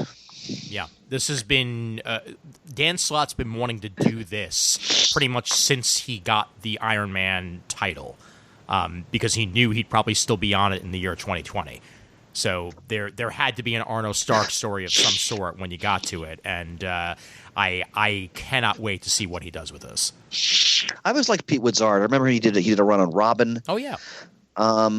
Always enjoyed his artwork. Mm-hmm. So Dan Slott's such a great writer. The Ruins of Ravencroft. I don't want to be a fuddy-duddy, but I'm just kind of tuned out on pretty much all crossovers at this point. Again, in my advanced middle age, it just doesn't appeal to me anymore. I'll be entirely honest. I saw Frank Thierry and I tuned out. There were earlier stuff that Frank Thierry did that I enjoyed, but ever since he did that Weapon X series from a couple of years back, it just soured me on him, and I feel bad about it because again, like for all I know, he could be turning out great work. It's just I'm gonna have to hear from somebody else that it's excellent in order for me to go ahead and read it. What's fascinating, Renee, we had sort of this therapeutic moment with you now, where you became very confessional. I'll send you the bill. Under the Marvel The End series of one-shots, one in particular interests me on page 21, Deadpool The End, because it's Joe Kelly writing Deadpool again. Yes. The first person to write Deadpool on an ongoing basis. So I will certainly, and he also wrote that Spider-Man Deadpool series of a couple years ago. So that is one of the end one-shots that I will be grabbing. Now, haven't they done the end format in the past, right? They have. Yep. Okay. Mm-hmm. In fact, Peter David had an excellent Hulk the End a couple of years ago. Yes, he did. Yep. Yes, he did. Mm-hmm. So that Eric Larson and Captain America. That's interesting. Very interesting. Kelly Thompson and Captain Marvel. There you go, Ian. Yep. Saladin Ahmed is doing Miles Morales. I'm in on that because I love to see. I just love to see what it looks like near the end of his run as Spider-Man. Because clearly he's pretty old there. He looks at Venom, yawn. No, not yawn. For one reason, Adam Warren on writing actually has me intrigued on this because you do not see a lot of Adam Warren stuff these days, and he's worked on some damn good comics in the past, including one Elseworlds with the Teen Titans from years ago that I absolutely love. Plus, he's worked on Empowered for forever. So this I know that's a book you've praised quite a bit, Empowered. Yes, but specifically that Teen Titans one, blanking on the Scissors Paper Stone. It's called. If you ever get a chance to read Titans Scissor Paper Stone, do it. That's one of my favorite comics. Levenstein speaketh, I believeth. So I stand corrected. I don't know. I'm not going to probably get this Venom book, but I'll definitely look into that Teen Titans you recommend. There you go. We have Doctor Strange by Leah Williams and Felipe Andrade. And a character I'm not familiar with, Star, who apparently is from Captain Marvel. Yep, this is a brand new character. Ambitious reporter Ripley Ryan rocked New York City when she became the hero Star, adored by everyone, but in truth, she was Dr. Monera's attempt at a Kree-human super soldier. And desperate for the strength to control her own destiny, she tried to kill Captain Marvel and failed. So this is a whole new character out of those pages, and I like the look of the character. I like the look of the costume, too. Page 28, we have a prequel to Earth X. Marvel's X, issue 1 of 6, Alex Ross, Jim Kruger writing. Well B, I'm sorry, I don't know who that is the artist. Interesting is what I'll say about this. I don't know how I feel about a prequel to Earth X, because I think one of the things I loved about Earth X was that it was set so far in the future. Not sure if I really need to see much of the past, but I'll give it a go. I think it's Alex Ross realizing that he's done two things for Marvel that were successful, and now he's come up with this other thing that sounds like it's kind of squishing those two things together. It doesn't really sound all that interesting to me, honestly. I can understand that. I love when Bird takes out like his scalpel and just in a matter of a few precise skilled strokes, it's all over. Fantastic. In a future comic talk, I'm looking forward to discussing the new X-Men stuff in more detail. I'm trying to catch up on that. Yep. X stuff. All right. I didn't notice this when I went to the catalog earlier today. I'm looking on page 39. Is that Swamp Thing? Not Swamp Thing, Man Thing? Yes, it is. Okay. Weapon Plus, World War IV, number 1. That is definitely the Man Thing, but not just the Man Thing. Introducing Manslaughter. See, when I see this, I want to go back in time to when, I'm like 20 and I had more disposable income, because I would have certainly purchased this just to see what the hell was going on, because I've always loved the Man Thing character. Yeah. But this cover, it has such a 90s feel to it because it's so over the top. Oh, yeah. Maybe really want a Marvel Unlimited 6 months from now. But definitely. Come on, please. Manslaughter. Mert, how do you feel about on page 44, an Alan Davis scripted story, Tarot number 1? Had you noticed that? Yes, I did. It's an Avengers Defenders team up story, and but it's only written by Alan Davis, though. The art is by one Paul Renault. Yeah. Davis does one of the covers, which is fantastic. So Love a bit Avengers Defenders crossover. Oh, Merv, one of your favorite villains on page 47. Oh, yes, it's got Diablo. I just wanted you to say it. Yes, Marvel's most dangerous alchemist. Yep. Page 50, Jessica Jones returns in a 6-issue miniseries, not written by Brian Michael Bendis, her creator, but by Kelly Thompson. So I love this character. I love her world. The Netflix show was tremendous. Really captured the spirit of the character very well. I'm looking forward to giving this a shot. Plus, there's a Doctor Strange appearance in it. Yep. And right underneath that, on yet again on page 52, how about Avengers number 29? I really need to catch up on this series because since when is Thor a brood? Yeah, they noted that an issue or two back. This is when I switched over to Unlimited, Ian. This is one of the series I'm going to catch up on. I mean, I read the Aaron run. I don't know, the first year or so. It's great. I mean, I loved it, but just money. I just decided I'm going to go to Unlimited for this one. But look at that roster. First of all, there's a Man Thing. There's Blade. Yep. He brought Blade. The last arc I read was when they were involved Dracula. I'm always a sucker for that. And they brought Blade onto the team. Come on, they're living in the husk of a dead Celestial. I mean, it's great.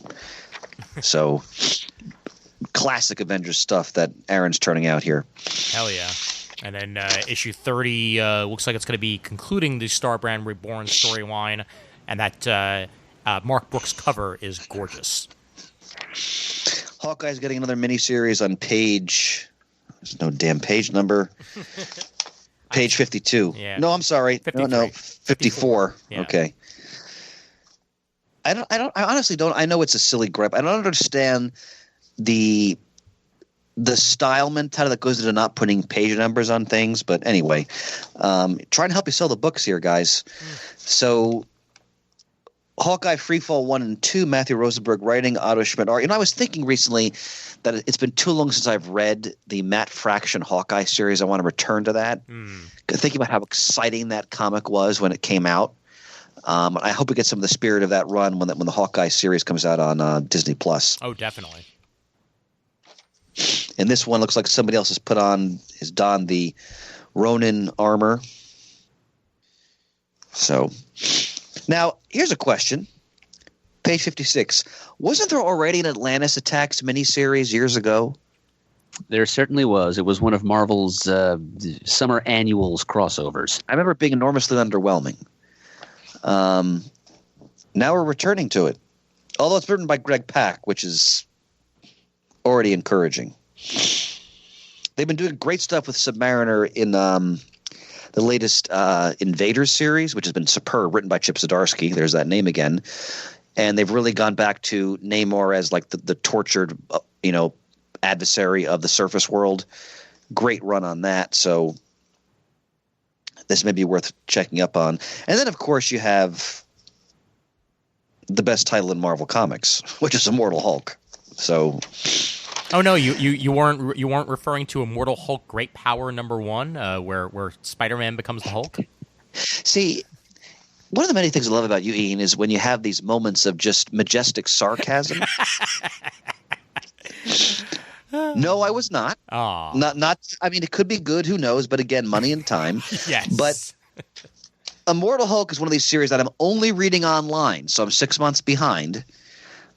Every issue I read, I literally get out of my seat, and I have to walk around a bit because it just restores my youthful just enthusiasm for the superhero comic book medium. It is truly a superb series, and heads or tails about pretty much anything else that either one I think of the big two companies are publishing. Yep. So Al Ewing again, as you mentioned earlier, tremendous art by Joe Bennett. So if you haven't checked this book out, I don't care if you know nothing about the Hulk. Doesn't matter. go back online or get the first trade and just soak in what the comic book medium can do. And can we take a minute to just stare at that cover for Doctor Strange Surgeon Supreme on page 63?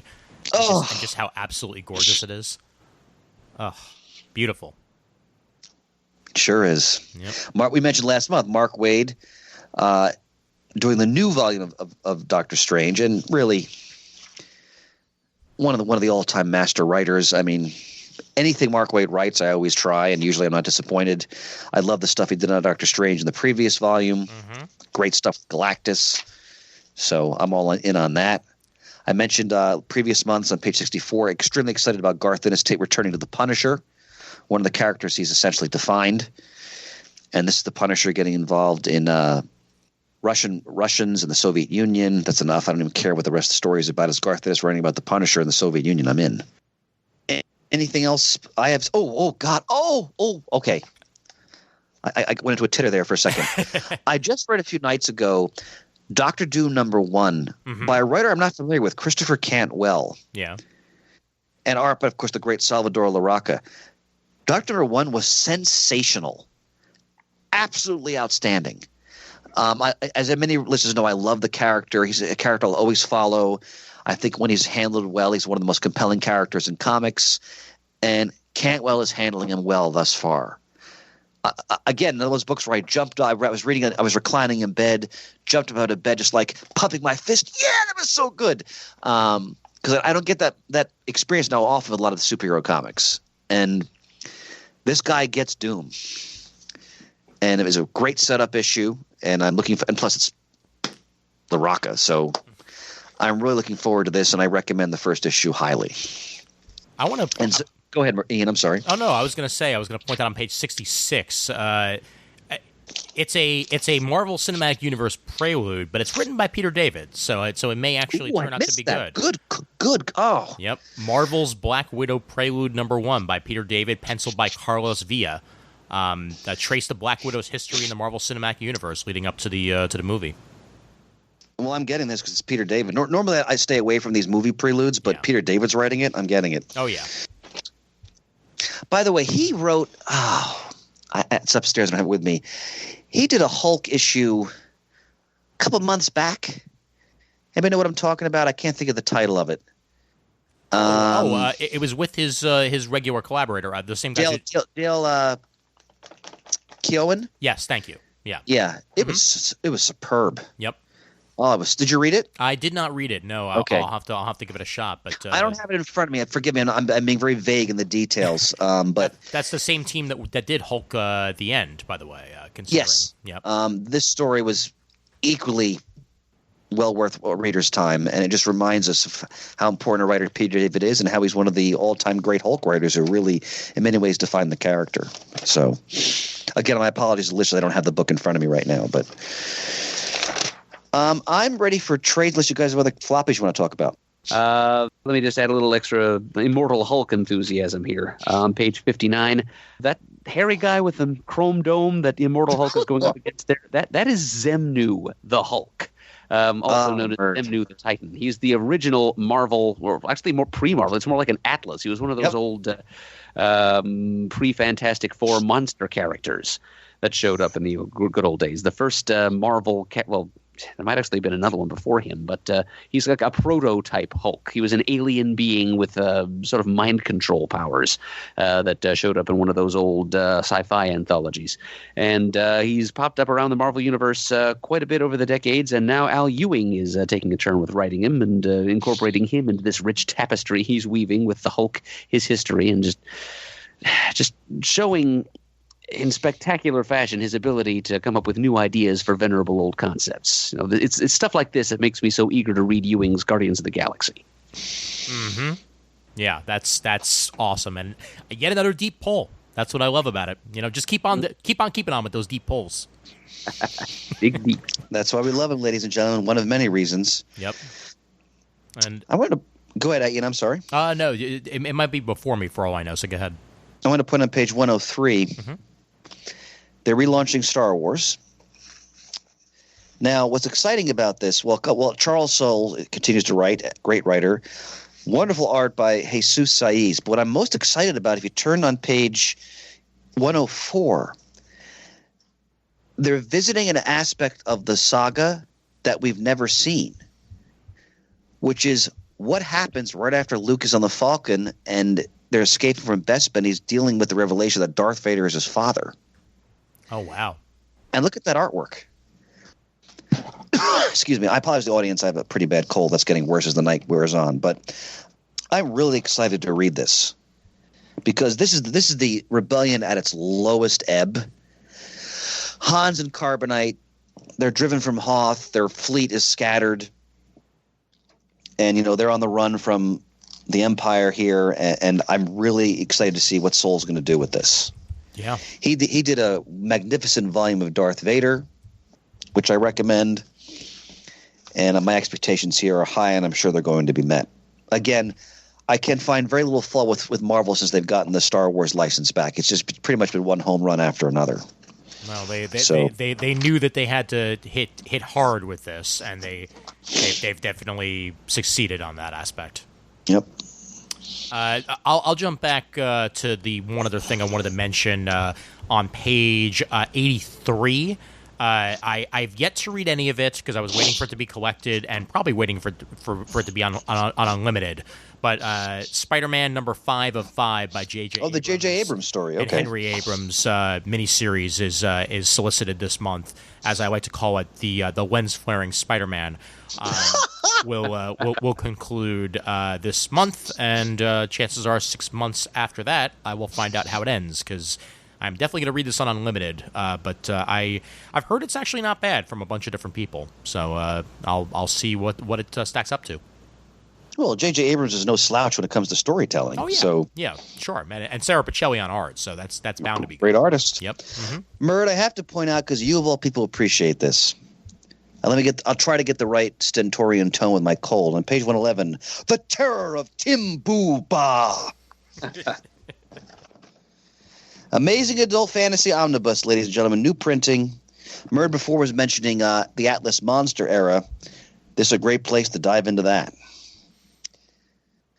Amazing Adventures 1 through 6, Amazing Adult Fantasy 714, which will then, of course, become Amazing Fantasy 15, the first appearance of Spider-Man. But again, all these issues had multiple stories in them. Ditko, Don Heck, Kirby, etc. So a lot of the precursors, as Murd mentioned, to a lot of the Marvel characters appeared in these Atlas Monster stories. So if you're interested in the history, it's a great place to start there. And you can take your pick between a classic Ditko cover or Dan Brereton painted variant. Ooh. Yeah, both of those look pretty. They sure do. Yep. Now on page 114. Now, granted, this stuff's been reprinted many times. I don't know if you need to spend $100 on it, but they're doing a new Steranko hardcover. Now, Steranko wasn't really actually at Marvel that long, but of course the work he did was groundbreaking in terms of being visionary. The way he applied pop art sensibilities, psychedelia, a cinematic approach to the story. I mean, that's great stuff. And this reprints, once again, Nick Fury, Agent of S.H.I.E.L.D., 1, 3, and 5. Strange Tales 151 and 68, which is his earlier Nick Fury stuff. The Nick Fury Agent of S.H.I.E.L.D. stories are some of the most visually exciting comics of the late Silver Age. And speaking of Nick Fury, all I'll say is I'm working on something right now. And we'll leave it at that. Okay. Well, they've reissued the Uncanny X-Men Omnibus Volume 1. I have a fond memory of I was flying back from Italy after a family vacation. And I don't like flying. I mean, I do, but I don't enjoy it. And I was reading this book. It was helping me get through the flight. The turbulence was so bad at the end. I must have looked so dreadful. The woman next to me turned to me and said, "Are you okay?" This hardcover on my knees. I was probably like ashen and green all at the same time as the plane just bounced up and down. But at least I had some classic X-Men stories to help see me through that. Oh, wait a minute. Yep. Page 120. Mm-hmm. I'll be ordering this right away. So they're collecting with a McNiven cover History of the Marvel Universe. One of the miniseries, without question, of 2019. Think what Marvel did. You first had that magnificent Spider-Man miniseries. Ian, the name just escapes me. Forgive me. Oh, oh crap! Why, Yeah. how is it? How is it that when someone else asks you about something, immediately your brain goes dark? Let's see. Chip Zdarsky, Spider-Man Life Story. Life Story, yes. Yeah. So we've got that. And then, Murd, Peter brought this up on the Crisis Tapes episode you just did, and you were talking about it a little bit as well. This is, I think, one of the best things Mark Waid's ever done. Just chronicling the entire history of the Marvel Universe with just dazzling artwork by Javier Rodriguez. So I can't wait to own this for my bookshelf. Yep. I see on Illustrated comprehensive treatment of the entire 80-year and multi-millennia history of the Marvel Universe, and it's long overdue. Yep. Go ahead, Ian. No, on page 123, they're collecting the first issues of all these new X-Men series in an interesting fashion. They're just collecting the first issues. It's similar to the Rebirth process that DC did back in the day. And they're just calling it Dawn of X Volume 1. So it's going to collect the first issues of X-Men, X-Force, Excalibur, Fallen Angels, New Mutants, and Marauders, all in one collection. So I guess if you want to see what everything is like, this will be a good way to do it. So if you're not digital and don't feel like waiting the 6 months, this will be one way to check these out. I'm jumping ahead to page 145. This has been reprinted many times, but I think it's one of the greatest Spider-Man stories of all time, the Petrified Tablet Saga. I think this is Stan Lee at the peak of his writing powers when it comes to Spidey. And this is actually, I was talking off the air, this is a story I want to explore in more detail with the cast in a future episode. I think this is just the zenith of great Spider-Man Silver Age, like the latter Silver Age. Highest recommendation. And the next page, well... The Coming of Galactus. New printing of the Fantastic Four Epic Collection, reprinting Fantastic Four 33 to 51. That's sort of like right in sort of the just Lee and Kirby are firing on all cylinders here with that. Another highest recommendation with that. And a fan favorite on page 148, Taskmaster. Yep. Who will be appearing in the Black Widow movie, correct? Correct. Okay, so that's probably why they're doing this. Yep. Murray, what makes the Taskmaster so fun? Well, his personality is basically that of a hard-bitten New York City thug, but which is kind of fun to read. But his superpower is his photographic reflexes. Yep. He can. That's why this collection is called "Anything You Can Do." ... Because anything he sees done, he can replicate. Just as well as he saw it done. So any skill another person he encounters possesses, he will, in short order, also possess. So he's he's seen Captain America fight, so he's as good a hand-to-hand combatant as Captain America is now. It's kind of a useful power to have. I remember there's a great moment when John Walker was temporarily Cap back in the 80s, and Taskmaster at this point was incarcerated. So they bring him in to show John Walker how to use Captain America's shield. It's a Grunwald. It's really well done. It's just like a page or two, but did they really emphasize Taskmaster's abilities? Because he shows John how to throw the shield effectively. Now, going back to our Black Widow spotlight we recorded a few weeks ago. Yep.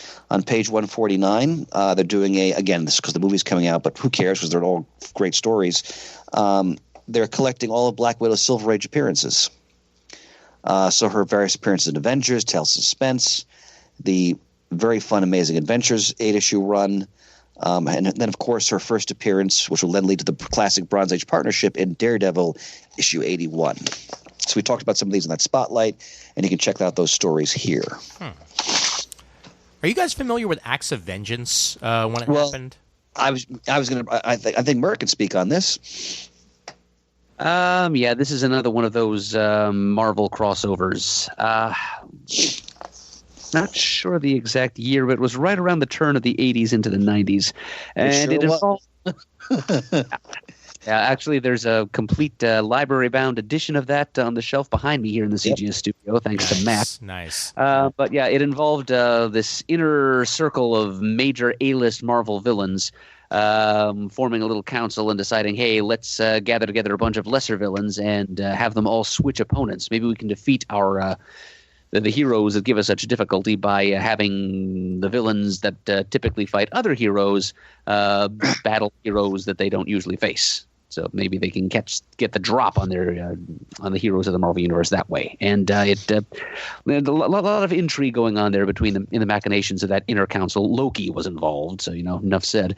And so we ended up with some kind of interesting matchups between Marvel heroes and villains that they may not have faced before. And it went on for a good long time in whatever year in which it happened. And that's the basic thrust of it. Nice.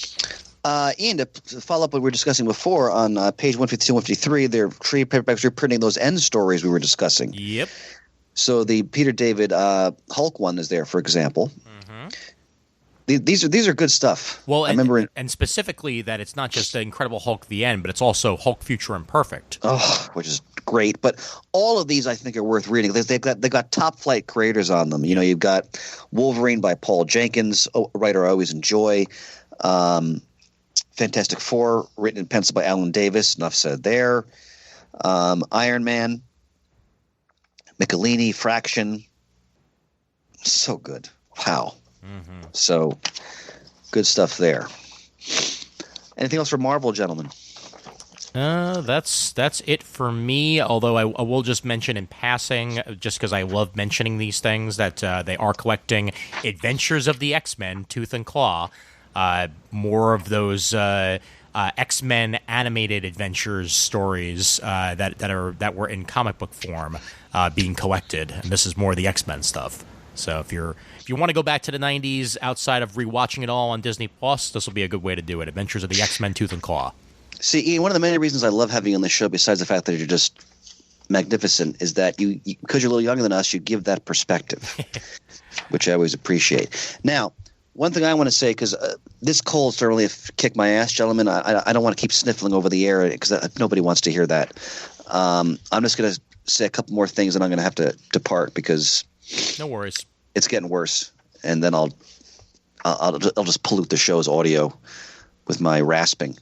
I'm jumping way ahead. And one thing I wanted to point out that's really exciting, I'm sure you guys noticed this as well, was on page 302 in the rest of the book. Bowie. Stardust, Ray Guns, and Moon Age Daydream hardcover. Written by Steve Horton. Wait for it. Art by Michael Allred. Wow. Oh. I've loved David Bowie my whole, life in terms of listening to music, and I don't even care what this is about. It's Michael Allred drawing about David Bowie. I mean, if you look at the copy, and it's a featured item. It's from Insight Comics on page 302. Apparently, it looks both at Bowie's life, but also the fictitious persona of Ziggy Stardust and his band, The Spider from Mars. Of course, based on that famous album. So that's really exciting. Think about what some of the trippy stuff Allred did when he did the Silver Surfer series with Dan Slott. He is tailor-made to do this. I mean, it's a little pricey with my budget now, but I may have to break down and pick that up because I love David Bowie's music and I love Michael Allred's artwork. So that's really exciting. Did you guys notice that as well, or am I bringing this to your attention for the first time? Oh, I absolutely noticed it, Chris. And Bowie is a favorite musician of mine. I knew that. Yeah. Yes, and you're absolutely right that Allred is a perfect artist to chronicle his tripped out Moon Age daydream ascent to rock stardom. And I understand your trepidation about the cover price. I share it, but usually I hold out for soft covers on things like this. But this coming from a smaller, lesser known publisher, there's no guarantee that a soft cover edition will ever be produced. So there's no way I can let this pass by. I will definitely order it, and if you do it through dcbservice.com, good news, it'll save you 30%. Well, or we can talk about it on the air. Another thing I wanted to point out, two things on page 349, because I had to do my requisite paying homage to tomorrow's. Alter Ego 163 is focuses on the early career of Dave Cockrum, who died tragically some years back, too early. As many listeners know, he's of course co-created the new X-Men. He was renowned also for doing work at the Legion of Superheroes. He's considered one of the greatest and most dynamic costume designers in superhero comics. And this is looking at stuff from the late 60s and early 70s. I'm sure, again, no one does this kind of reverential history better than Roy Thomas and Alter Ego. And then in Comic Book Creator 22, which is a tomorrow's publication that focuses on individual creators, an artist I've always admired, P. Craig Russell. Oh, Killraven, Elric, Sandman. Wow. Look at that cover. They don't make them like that anymore, ladies and gentlemen. Oof. All right, fellas, I apologize. I wanted to stick this one out, but this cold is not cooperating. No problemo, sir. I don't want to sort of transmit spiritual phlegm to the rest of you. I wish you both a very fine evening. And no doubt we will talk very soon, gentlemen. And we wish you a speedy convalescence, sir. Thanks, gentlemen. Yes, indeed. And brothers, I wish you both a good night, and we shall talk soon. Alrighty. All right. Good night, fellas. Take care. Bye. Good night, Chris. Good night. I think Spiritual Phlegm is the name of my Johnny Rotten cover band. Yeah, I can see the DIY mimeographed flyer already. Well, sir, it's just you and me. Right. Against the back of the book. The back of the book. I can legitimately say I have nothing for Dynamite. Yeah, there's a couple of things that I'm planning to order, but it's nothing new, nothing that we would usually shout out. There's Priests of Vampirella, still sticking with that, of course. Yep. Max Bemis's Black Terror series, issue number 4. That is number 169. I kind of like the angle he took with this from issue number 1. It's what Black Terror was up to in the 1970s, in the cynical Bronze Age. So yeah, it's kind of an interesting take on a classic vigilante character who's only acquired a deeper mystique and an appeal among certain creators since the Golden Age has passed him by. So yeah, but that's about it I have from Dynamite. So we can just jump right on to Boom. All right, Boom it is. Okay. Let's see what Boom has. All My Friends Are Ghosts, original graphic novel softcover by S.M. Vidari and illustrated by Hannah Krieger. It catches my eye on page 188. Effie runs away from home and discovers a ghost school in the nearby woods, but just as she's beginning to learn all about the amazing things that ghosts can do, like possession, poltergeisting, demon magic, and more, Effie is asked by her new friends to help track down a mysterious spirit that's been spotted. But if Effie's going to succeed, she'll not only have to show her friends that she's got something special, but also learn to believe she's got it too. And Eisner Award-winning writer S.M. Vidari of Iron or The War After, and of Steven Universe, and Hannah Krieger of Psychic Mansion are covering this, and it sounds like an animated series waiting to happen. And for the moment, it's a 50% off bargain at dcbservice.com. Mm-hmm. Then they're really cranking out the graphic novel soft covers this month, because I also see heavy vinyl Y2KO. Love the name. Just Y2KO. All right, fine, why not? But this is by Carly Usdin and Nina Vaqueva. But it's 1999, and Chris is living her dream, working at Vinyl Destination by day and fighting for musical justice by night. And when the girls enter a battle of the bands, they learn that the shadowy corporate masters of the music industry plan to destroy the fledgling world of digital music and blame it on Y2K. Oh, yes. Just matter-of-factly, the first sentence tells us that the lead character is, quote, a member of the world's coolest teen girl vigilante fight club. Yes. Because they have those. Sure, why not? Yeah, I mean, nobody talks about it, but it clearly exists. Yeah, Interesting world these people are living in. Yeah, there's a little pull quote here from the Thrillist describing it as a stunning remix of 90s nostalgia and all things Clerks and Mallrats. I'm game. All right, go for it. And it is, yep, as you say, it is an original graphic novel softcover, so at least it is affordable right off the bat. Mm-hmm. Other than issue 2 of the crossover that was waiting to happen between the Power Rangers and the Ninja Turtles, I don't really have much else in Boom, but let me know if you do. Well, I don't. I'm okay with moving on. Okay. To the rest of the book. Rest of the book it is. Okay. And what do we start off with as I scroll rapidly past all of these in-between pages that annoy me? Kids number 1 is a featured item on Blaze, so I'll mention that real quick. What page number is that? What are they doing the no page numbers now, too? Bastards? No. In my version of the book, it's number 223. Thank you. There we go. Okay. Kids number 1 by Arlene Ducandre and Jocelyn Joure on art. It's been 3 months of the terrible epidemic turned the population into zombies hungry for fresh meat. Only after devouring almost all of humanity, the dead themselves begin to wither and fall from famine. And somewhere in a suburban town, Ben, 10 years old and still traumatized by the death of his parents, forms with his friends the last bastion of humanity. So, kids surviving a zombie apocalypse. There's a show on Netflix called Daybreakers that premiered a little while ago that reminds me a little bit of this premise, but those are teenagers versus 10-year-olds, so this will be a little bit more kid-oriented zombie fun. Not much out of Action Lab this month, although we do have Time Shopper. The way to describe it is Mel Brooks' History of the World meets Supermarket Sweep. Well, that's a very toothsome-sounding matchup. Yeah, right. Mashup, that is. Oh, it's written by Tony Fleeks. All right. Who gave the world, I think it was called Jeff Saves the Universe. He was a writer-artist for some of the My Little Pony stuff from IDW. Oh, okay. And it's kind of a big breakout thing for him drawing something that didn't involve cartoon ponies. Nice. And he's the writer of this.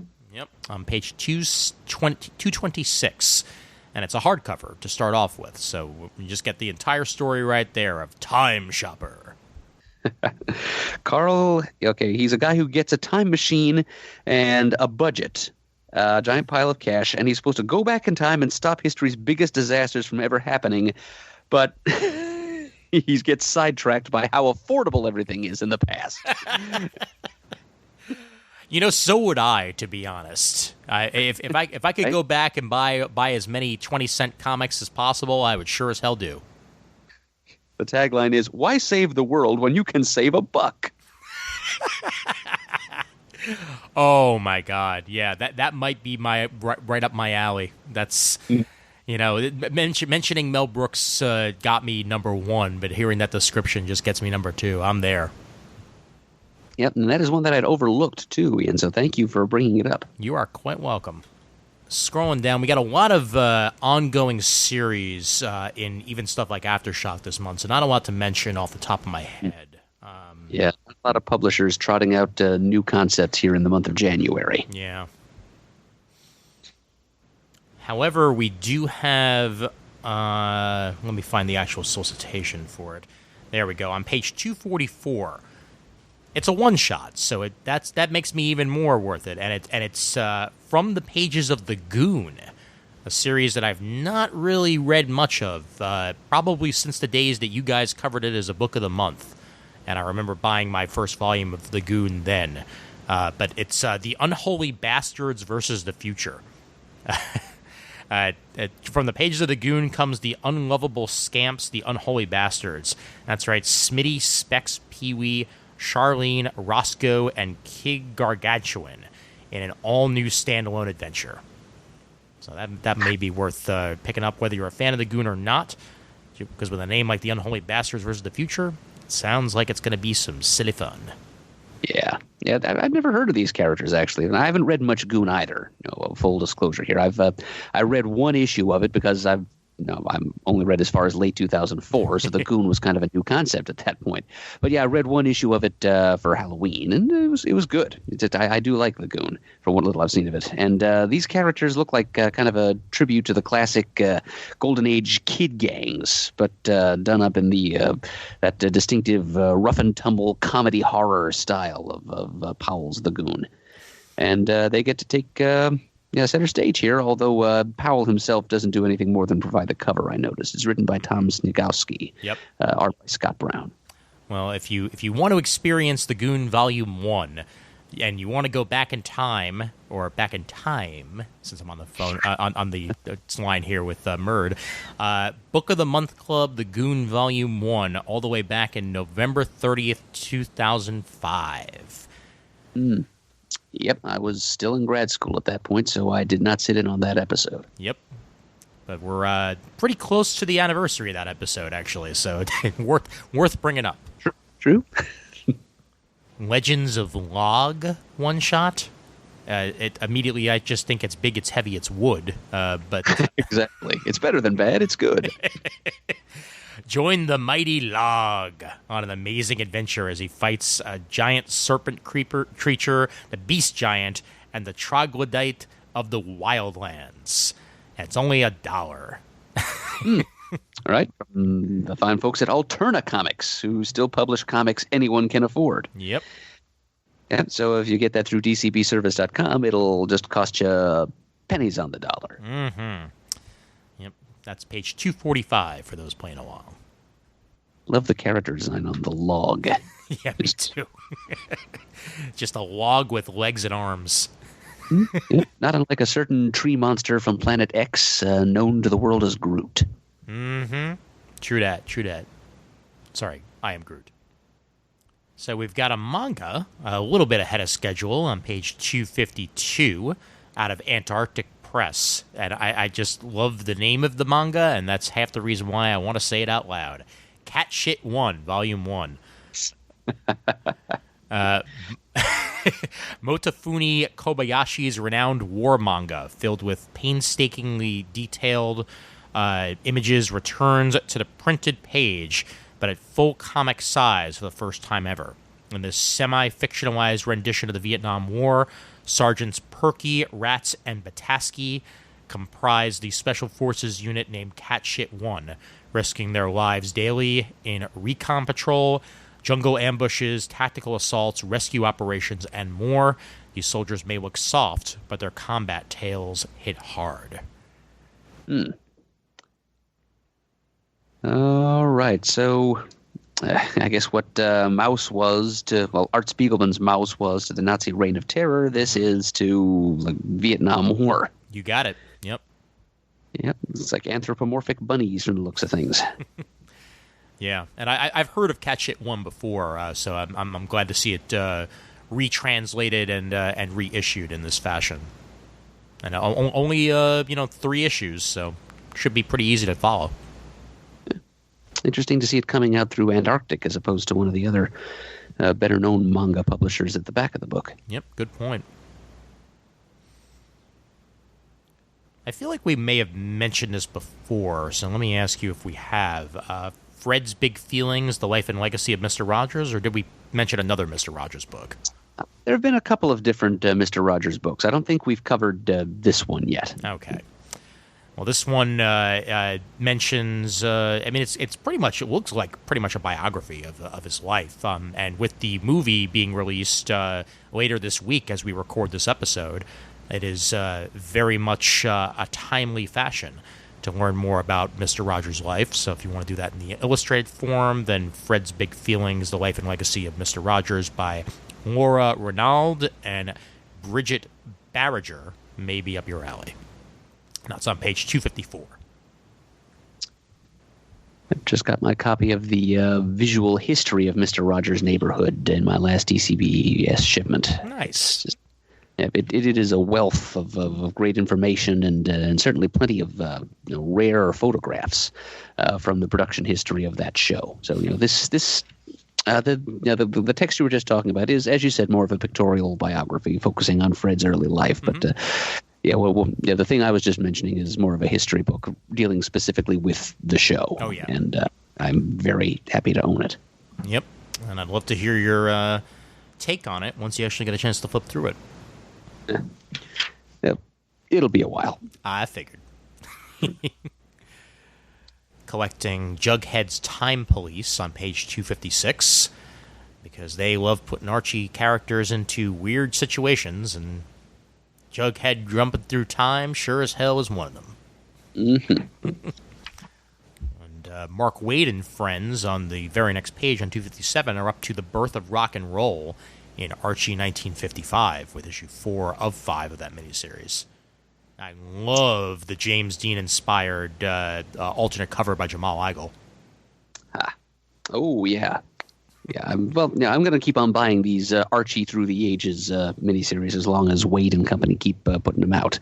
But I think you've just identified for me which variant cover of issue number 4 I will, in fact, be ordering. Excellent.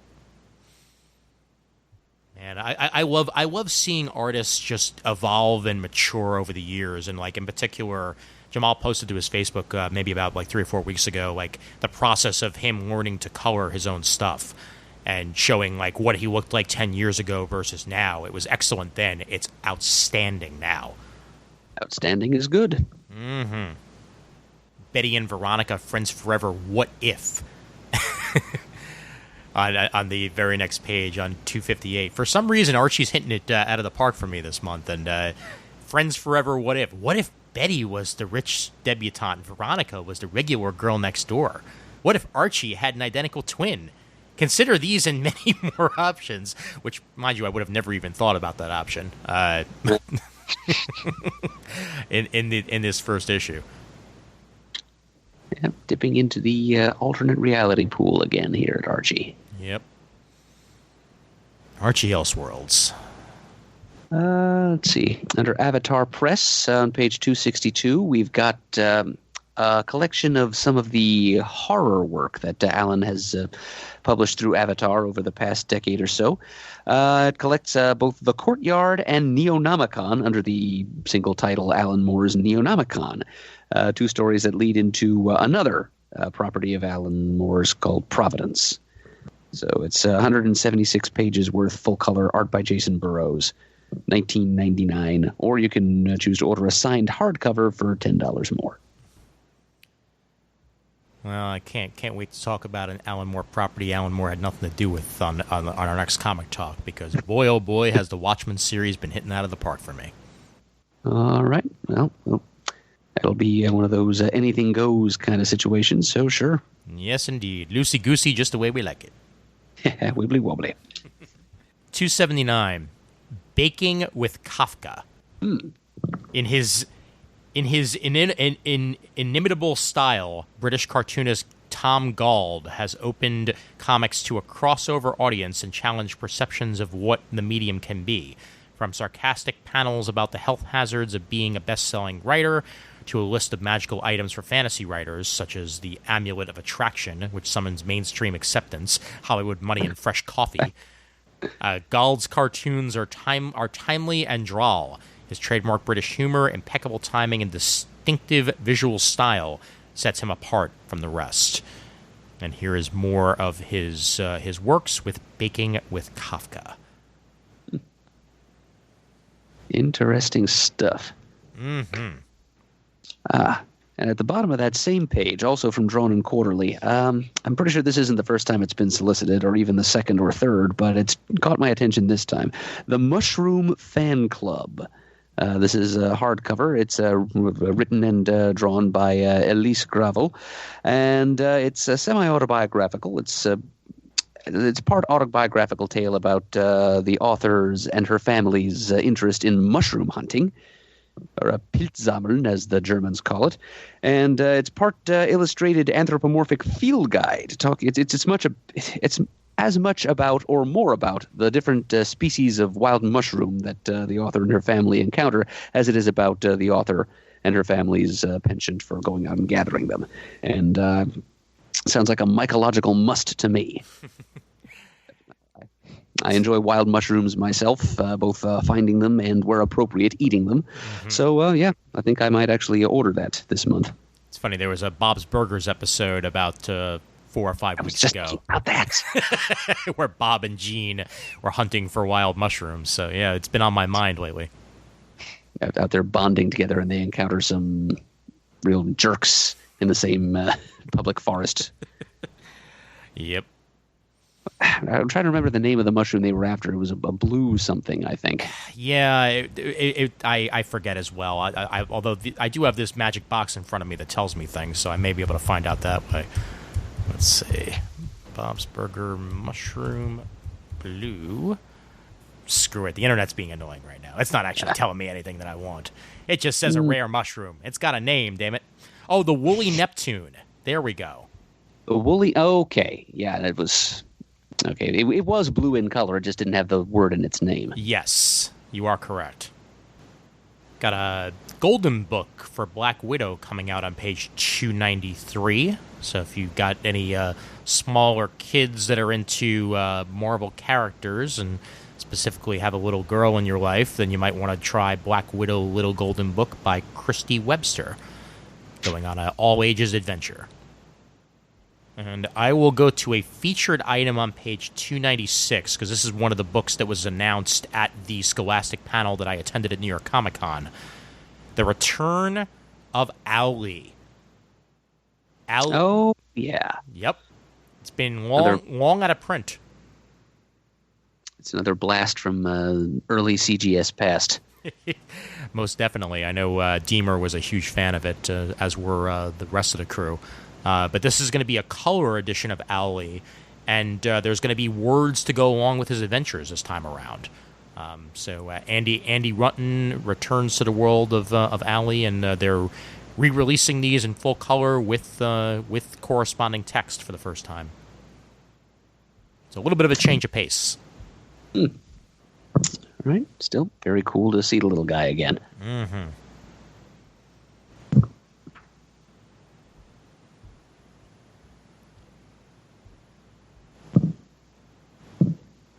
Yeah, Chris has already given us a reason to mention the Bowie hardcover on page 302. Mm-hmm.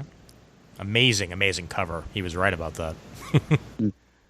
Yep, and you get your choice between a market edition cover and the all-red previews exclusive edition. The good news is you can order either one from dcbservice.com, and they're both 30% off. Excellent. Yeah, because they both have their own personality. I remember grabbing when they had when they had the David Bowie exhibit here at the Brooklyn Museum. The MTA was giving out David Bowie branded Metro cards, and I still have 2 or 3 of those sitting on my nightstand. Ooh, you hold on to those. Yep, I got. I know at least one of them has been claimed by a friend of mine, but the other 2 are mine. We have our first collection ever of the Plain Janes on page 306. I like mentioning Cecil Castellucci, and this is Cecil Castellucci and Jim Rugg, which makes it even more fun. And this is the first ever collection of their Plain Janes material in one place. So the Plain Janes are this is their never before seen third story. Janes attack back. After getting caught in the midst of a terrorist attack on Metro City, artsy Jane Beckles is forced to leave her beloved bustling metropolis for the boring suburb of Kent Waters. And at first, Jane thinks her life is over, but then she goes ahead and finds herself some friends, and the fun begins from there, basically. And I remember hearing some very positive things about Plain Janes in the past, and now here we are with the collection of this third story. Yep, I too have heard of the Plain Janes, never once read them, but it is kind of cool that we get some Jim Rugg artwork in there. Yes, indeed. I notice, going ahead to page 314 at Passim, that Oni Press and Lion Forge have combined their pages of this month's catalog as a holiday gift guide, they call it. Yeah, I wasn't Lion Forge recently purchased by Oni? That's I hadn't heard that, but the layout of the catalog here kind of confirms your theory. Yep. Yeah, that was back in May, actually. I just went ahead and found the article on Publishers Weekly. Lion Forge and Oni Press merge under Polarity Pop Culture brand. So they're all under the same bandwagon now. Huh. Yep. So do you think eventually we're going to get listings under Polarity instead of either Oni or Lion Forge? That's a good question, actually. They may just stick with Oni just because Oni is such a familiar brand name over Lion Forge, but I guess we're going to have to wait and see on that one. Yeah, I guess so. And I'll mention since we're there, page 316, Rick and Morty versus Dungeons and Dragons 2: Painscape by Jim Zub with art and cover by Troy Little. And Jim Zub ran my Rick and Morty Dungeons and Dragons panel and game when I went to see it. And now here's the second collection of the Dungeons and Dragons Rick and Morty adventures in comic book form. Well, Jim Zub is a great candidate for it because, well, as you know firsthand, he's a big fan of D&D, and he's also written D&D comics before. Yes, he has. Through IDW. Yes, he has. Next thing I have to mention is on page 336, and a brief mention it will be, but it's something else from Scout Comics, which punts some interesting series concepts out on a fairly regular basis. This is a new thing called White Ash. It's a featured item in this catalog by Charlie Stickney and Connor Hughes. And it's kind of a coming-of-age story about a young man who's about to head off to college, but first he gets entangled in some supernatural goings-on in his western Pennsylvania hometown of White Ash, where a giant sinister tree is appearing out of nowhere. And it's mainly the western Pennsylvania angle that's got me interested, but I think I will at least order up the first issue, just on the strength of the setting, if nothing else. Nice. I've got on page 337, somebody I follow on Facebook who has done a bunch of comic work, Dirk Manning, has the first collection of Hope out. And unbeknownst to her husband and daughter, Julie Lavelle secretly moonlights as the beloved costumed Ultra, known to the public as Hope. However, when her identity is unexpectedly revealed to the public and her family is torn apart, she realizes not all villains can be punched. This is all 6 issues of that acclaimed series. Dirk Manning and K. Lynn Smith. Hope Volume 1, Mother trade paperback. Page 337. Stone Arch Books is putting out Amazing Adventures of Batman Bane Drain and Amazing Adventures of Batman Reptile Raid and a bunch of other Amazing Adventures of Batman and Superman. Are these new? I think so. Wow. I don't recognize them. Huh. Yeah, we've got animated style adventures set in the Diniverse for the first time in years. Sign me up. Yeah, see the first 2 there, Bane Drain and Reptile Raid, are drawn by Dario Brizuela of Scooby-Doo Team Up. Nice. Very cool. Yeah, and the Justice League and the False Destiny is Michael Steele and Lino Castellani. And then we've got a DC superhero, Superman and the Apocalypse Attacks by Ivan Cohen and Greg Schiegel. And yeah, if they're going back to animated stuff in any way, whether it be comics or movies, I'm in. And this is awesome. This makes me very happy. Yeah, it looks like they're defining these as illustrated chapter books. So it's only 32 pages long, so it sounds like it's basically a comic book. Yeah, that's a good point. I mean, and I do have the kid-friendly sticker on it. The Wonder Woman one is interesting to me because she never had an animated series, but she was a member of the Justice League, and it's clearly her Justice League design. So yeah, who knows what they're going to do with this? This has definitely got me perked up though. We'll see what these things turn out to be.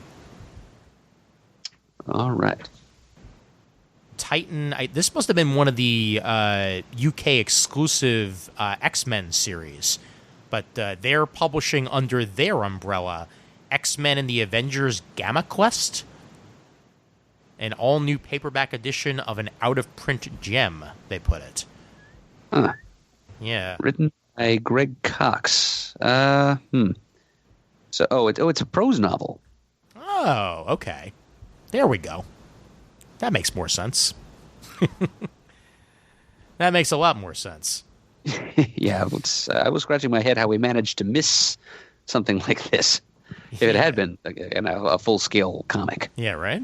But that again, I mean, that's why I thought at first, like, hey, maybe this is, one of those UK exclusive, series that came out back in the day that we just never got here in the States. But nope. It's a book. Books are cool, too. They are cool. They just don't have nearly as many pictures. Yeah. Well, Chris did his due diligence to tomorrow's. I'm going to do mine now on page 349. Go ahead. Retro Fan Magazine, now bi-monthly. Issue number 8 features interviews with the 60s grooviest family band, the Cowsills, whose music contributed the theme music to my trivia segment, Muddle the Murd, and whose greatest hits I currently have on the CD player in my car. So, all right, go for the Cowsills, the real-life inspiration for the Partridge Family. Then lots of other cool-sounding stuff. June Lockhart, Mars Attacks, the 60th anniversary of the Flintstones, Electro Woman and Dyna Girl, the Croft Brothers classic, Honey West, Max Headroom, jumping all over the decades here, the Popeye Picnic, the Smiley Face fad of the early 70s, and more fun fab features, plus columns by Martin Pascoe, Andy Mangles, and more. Wow. Yeah, Retro Fan is the ginchiest. That is awesome. If only I had a Muddle the Murd submission right now, that would be a perfect segue. But I don't, so you just got to turn in next time for one of those. Yep. Someday soon. Yes. I like the look of the Hawkman Companion also. That's on the very next page, on page 350. Aha. That's Doug Zawisa and art by Joe Kubert and a bunch of others. Going through the history of Hawkman, and boy, oh boy, is that a tumultuous history. Yes, it's a history well deserving of a companion. You ain't kidding. Let's see, under the Valiant heading on pages 354 and 355, their big intro for January will be a new Quantum and Woody series. Written by Christopher Hastings, art by Ryan Brown. There will be a goat. I mean, really, what else do you really need to know? I don't really feel like I need to say much else, Ian. Yeah. Although I am intrigued by this cubical globe there underneath the logo. I'm pretty sure it's not Bizarro specific, but I just kind of perk up every time I see a square planet Earth. Me no agree. Me disappointed. Issue 2 of Paul Levitt's The Visitor, solicited this month on 357. Yep, still on board for that. Yep. Bloodshot by Tim Seeley and Brett Booth. Rye by Dan Abnett and Juan Jose Rip. Yeah, there are not as many titles being published by Valiant these days, but the ones they have left have got some pretty good creative teams on them. Mm-hmm. All about quality over quantity. Yeah. Yeah, and I'm sure there's more to come. 360, Vagrant Queen returns. Mags Visaggio's well-acclaimed series returns with a new #1 this month, as child queen Alida Alfaer was driven from her throne at age 10 and forced to wander the galaxy, evading the revolutionary forces that wanted her dead. Years later, she returned to her former kingdom in hopes of rescuing her long-lost mother, and now at long last, Alida has managed to build a happy life until a mysterious man in an ancient white ship shows up and takes it all away. And hey, where the hell is Isaac? I don't know. Where the hell is Isaac? That's the question. I don't know. I haven't seen him lately. Yeah. But that's Mags is the writer, and Jason Smith is the artist. Been wanting to touch Vagrant Queens for a while now, so this might be a good way to do it. Sure enough. Man, Vault has some of the best covers in comics, I feel like. Always draws my eye to every single thing they have. May just be that their pages are black, so things pop out a little better, but they have a very good graphic design department. Yes. Good point about the black background. Yeah, I'm especially fond of the variant cover for Vagrant Queen #1. Looks like worthy of an 80s paperback. Yes, definitely. And the other ones that caught my eye just because of the layout were Sarah and the Royal Stars, which I believe I may have mentioned before it was collected. But this is 144 pages full color on page 363. Writer John Sway and artist of Audrey Mock. But that has a great cover type that drew me in. And then there's Wasted Space on the next page, which is an ongoing series. You put purple, you draw the eye. It's a lesson well learned. Especially when it's neon. Yes, and even more especially, I mean, that's not the case here, but if the purple is the color of the fur of a gorilla, that's just money in the bank. Oh, yeah, of course. Yeah, I've got Magilla Gorilla stuck in my head. Could be worse. Could be grape ape. Grape ape. I am onward to manga, unless you have anything before then. Yep, I'm following behind. All right. I will mention this almost just as much for the name of the damn thing and the fact that it has a subtitle of Bringin' the Booty, but Fire in His Fingertips, a flirty fireman ravishes me with his smoldering gaze, Volume 1. I really just wanted to say that. I mean, how could you not? I mean, I don't even need to read the description because the description's all there in the title. Well, yeah, the Japanese do seem to like run-on titles for things by American standards. Yes, they do. Yes, they do. Oh, boy. Yeah, I spent a very, very short 3 hours at an anime convention on Friday before I headed up to Albany. And got to see a few things at the Anime NYC show. But next time I'll actually remember that an anime convention is happening and not double book myself for the weekend. Well, that way you got to have just kind of a fun, quickie surprise. Exactly. Yeah. I was in, I was out, bada bing, bada boom. Oh, you know what? Let's go with page 388. A little late for Halloween, but they're both manga classics, so I'll just go ahead and mention them both. Manga Classics Dracula and Manga Classics Hamlet. Manga retellings of Bram Stoker's Dracula and William Shakespeare's Hamlet, with art by mangaka. So it's illustrating the original works. That's kind of pretty cool on its own. It certainly is. Excellent selections there. Oh, and the other members of this same series, we've got Macbeth and A Midsummer Night's Dream, also from Shakespeare, Jane Eyre, Sense and Sensibility, The Jungle Book, and The Scarlet Letter. All manga versions of all those kings. Yeah, all excellent choices.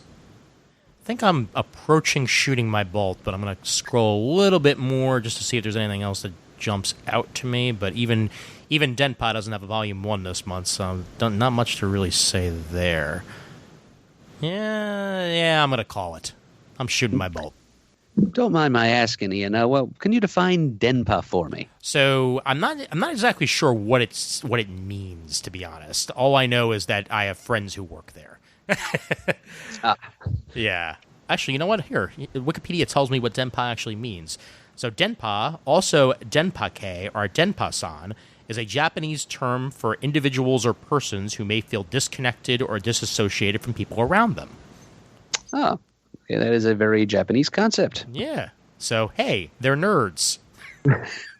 Yeah, okay, it's just not quite otaku, but it's something in the same semantic family. Exactly. Yeah, and a good buddy of mine started out Denpa Press this last year. Actually, Denpa Publishing just celebrated a year. Their last Anime NYC was where they premiered everything, And this year, they went ahead and had a panel for all of their upcoming stuff and what they already have, and they premiered a new one, which I think I may have mentioned on the show before. I'm trying to find the information on it, because, mind you, it's literally in my bag, but my bag is in the other room, so I can't do it. But it's a post-apocalyptic, like, gambling manga, which has been running for over 20 years in Japan. And they have now begun collecting them in monster-sized, like, omnibus editions, like 3 volumes at once. And that's what I wound up picking up. Kaiji, there we go, at the con. So that's one of their biggest acquisitions. Gambling Apocalypse Kaiji. I have heard that title. I'm sure that I have. Yep. I didn't know it was about post-apocalyptic gambling, though. Yes. Yep, it sure as hell is. And it's one of those titles that, even though it started about 20 years ago, really has a today art style. Like, it doesn't really feel like it's aged. And that's a positive, definitely. That's about that with that. All right. And that's also about that with me, too, because I know I have nothing in the back of the book. On page 53 in the back of the book, there are some Golden Girls bobbleheads. I know that there's got to be somebody listening to this who either wants that or knows somebody who wants that. So give that a look. They're doing a touring edition of the Golden Girls puppet show now, by the way. It was billboard for that, actually. Oh, yeah? Nice. Well, a friend of Raph's played Blanche on Off Broadway when it was here in Manhattan, and I got to see it then, and it is worth seeing if you get the opportunity and it's near your town. So go ahead and check that out if it's going your way. And I think it will be coming near my town before too many more months have passed. Excellent. Oh, and M7 has an awesome Hulkbuster that I have to mention because oh God, that looks good. Yep, that is several awesomes. Yes. Mm-hmm. Yep. Very striking three-dimensional realization of that CGI design. Yes, it is. I think the full solicitation for it was on M80, but they went ahead and mentioned it there. And M17 has some Justice League animated statues that I'm not going to spend money on. So, all right, I'm done. All right. But still cool to look at in pictorial form, anyway. But of course.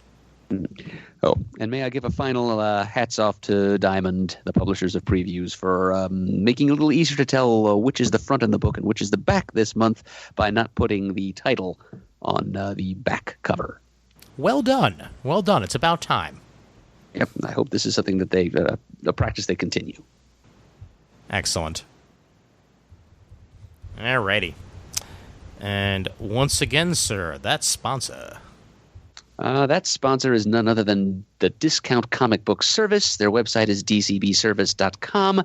Fantastic bargains and quality customer service await you if you make them your number one stop for all your comic book online pre-ordering needs. Right on. All right, and now I think I can even do this. If you'd like to send us an email, you can send it to comicgeekspeak@gmail.com. If you'd like to leave a voicemail, the number to call is 267-702-6642. You can like us on Facebook. You can follow us on Twitter. Our handle is @comicgeekspeak. You can go to the comicforums.vanillacommunity.com, which is our current forum site. Leave some feedback about this episode and many other episodes. Hear what other people had to say. Comment on what you're interested in from this previews catalog, and engage in discussions with your fellow CGS listeners and friends on a variety of geeky topics. We'd like to extend thanks, as always, to those of you who have supported the show monetarily in the past. We really appreciate it. The show would not be what it is today without your support. And as always, we are uniting the world's mightiest heroes, one listener at a time. Premature. Yeah. All right. Let's maybe try that again.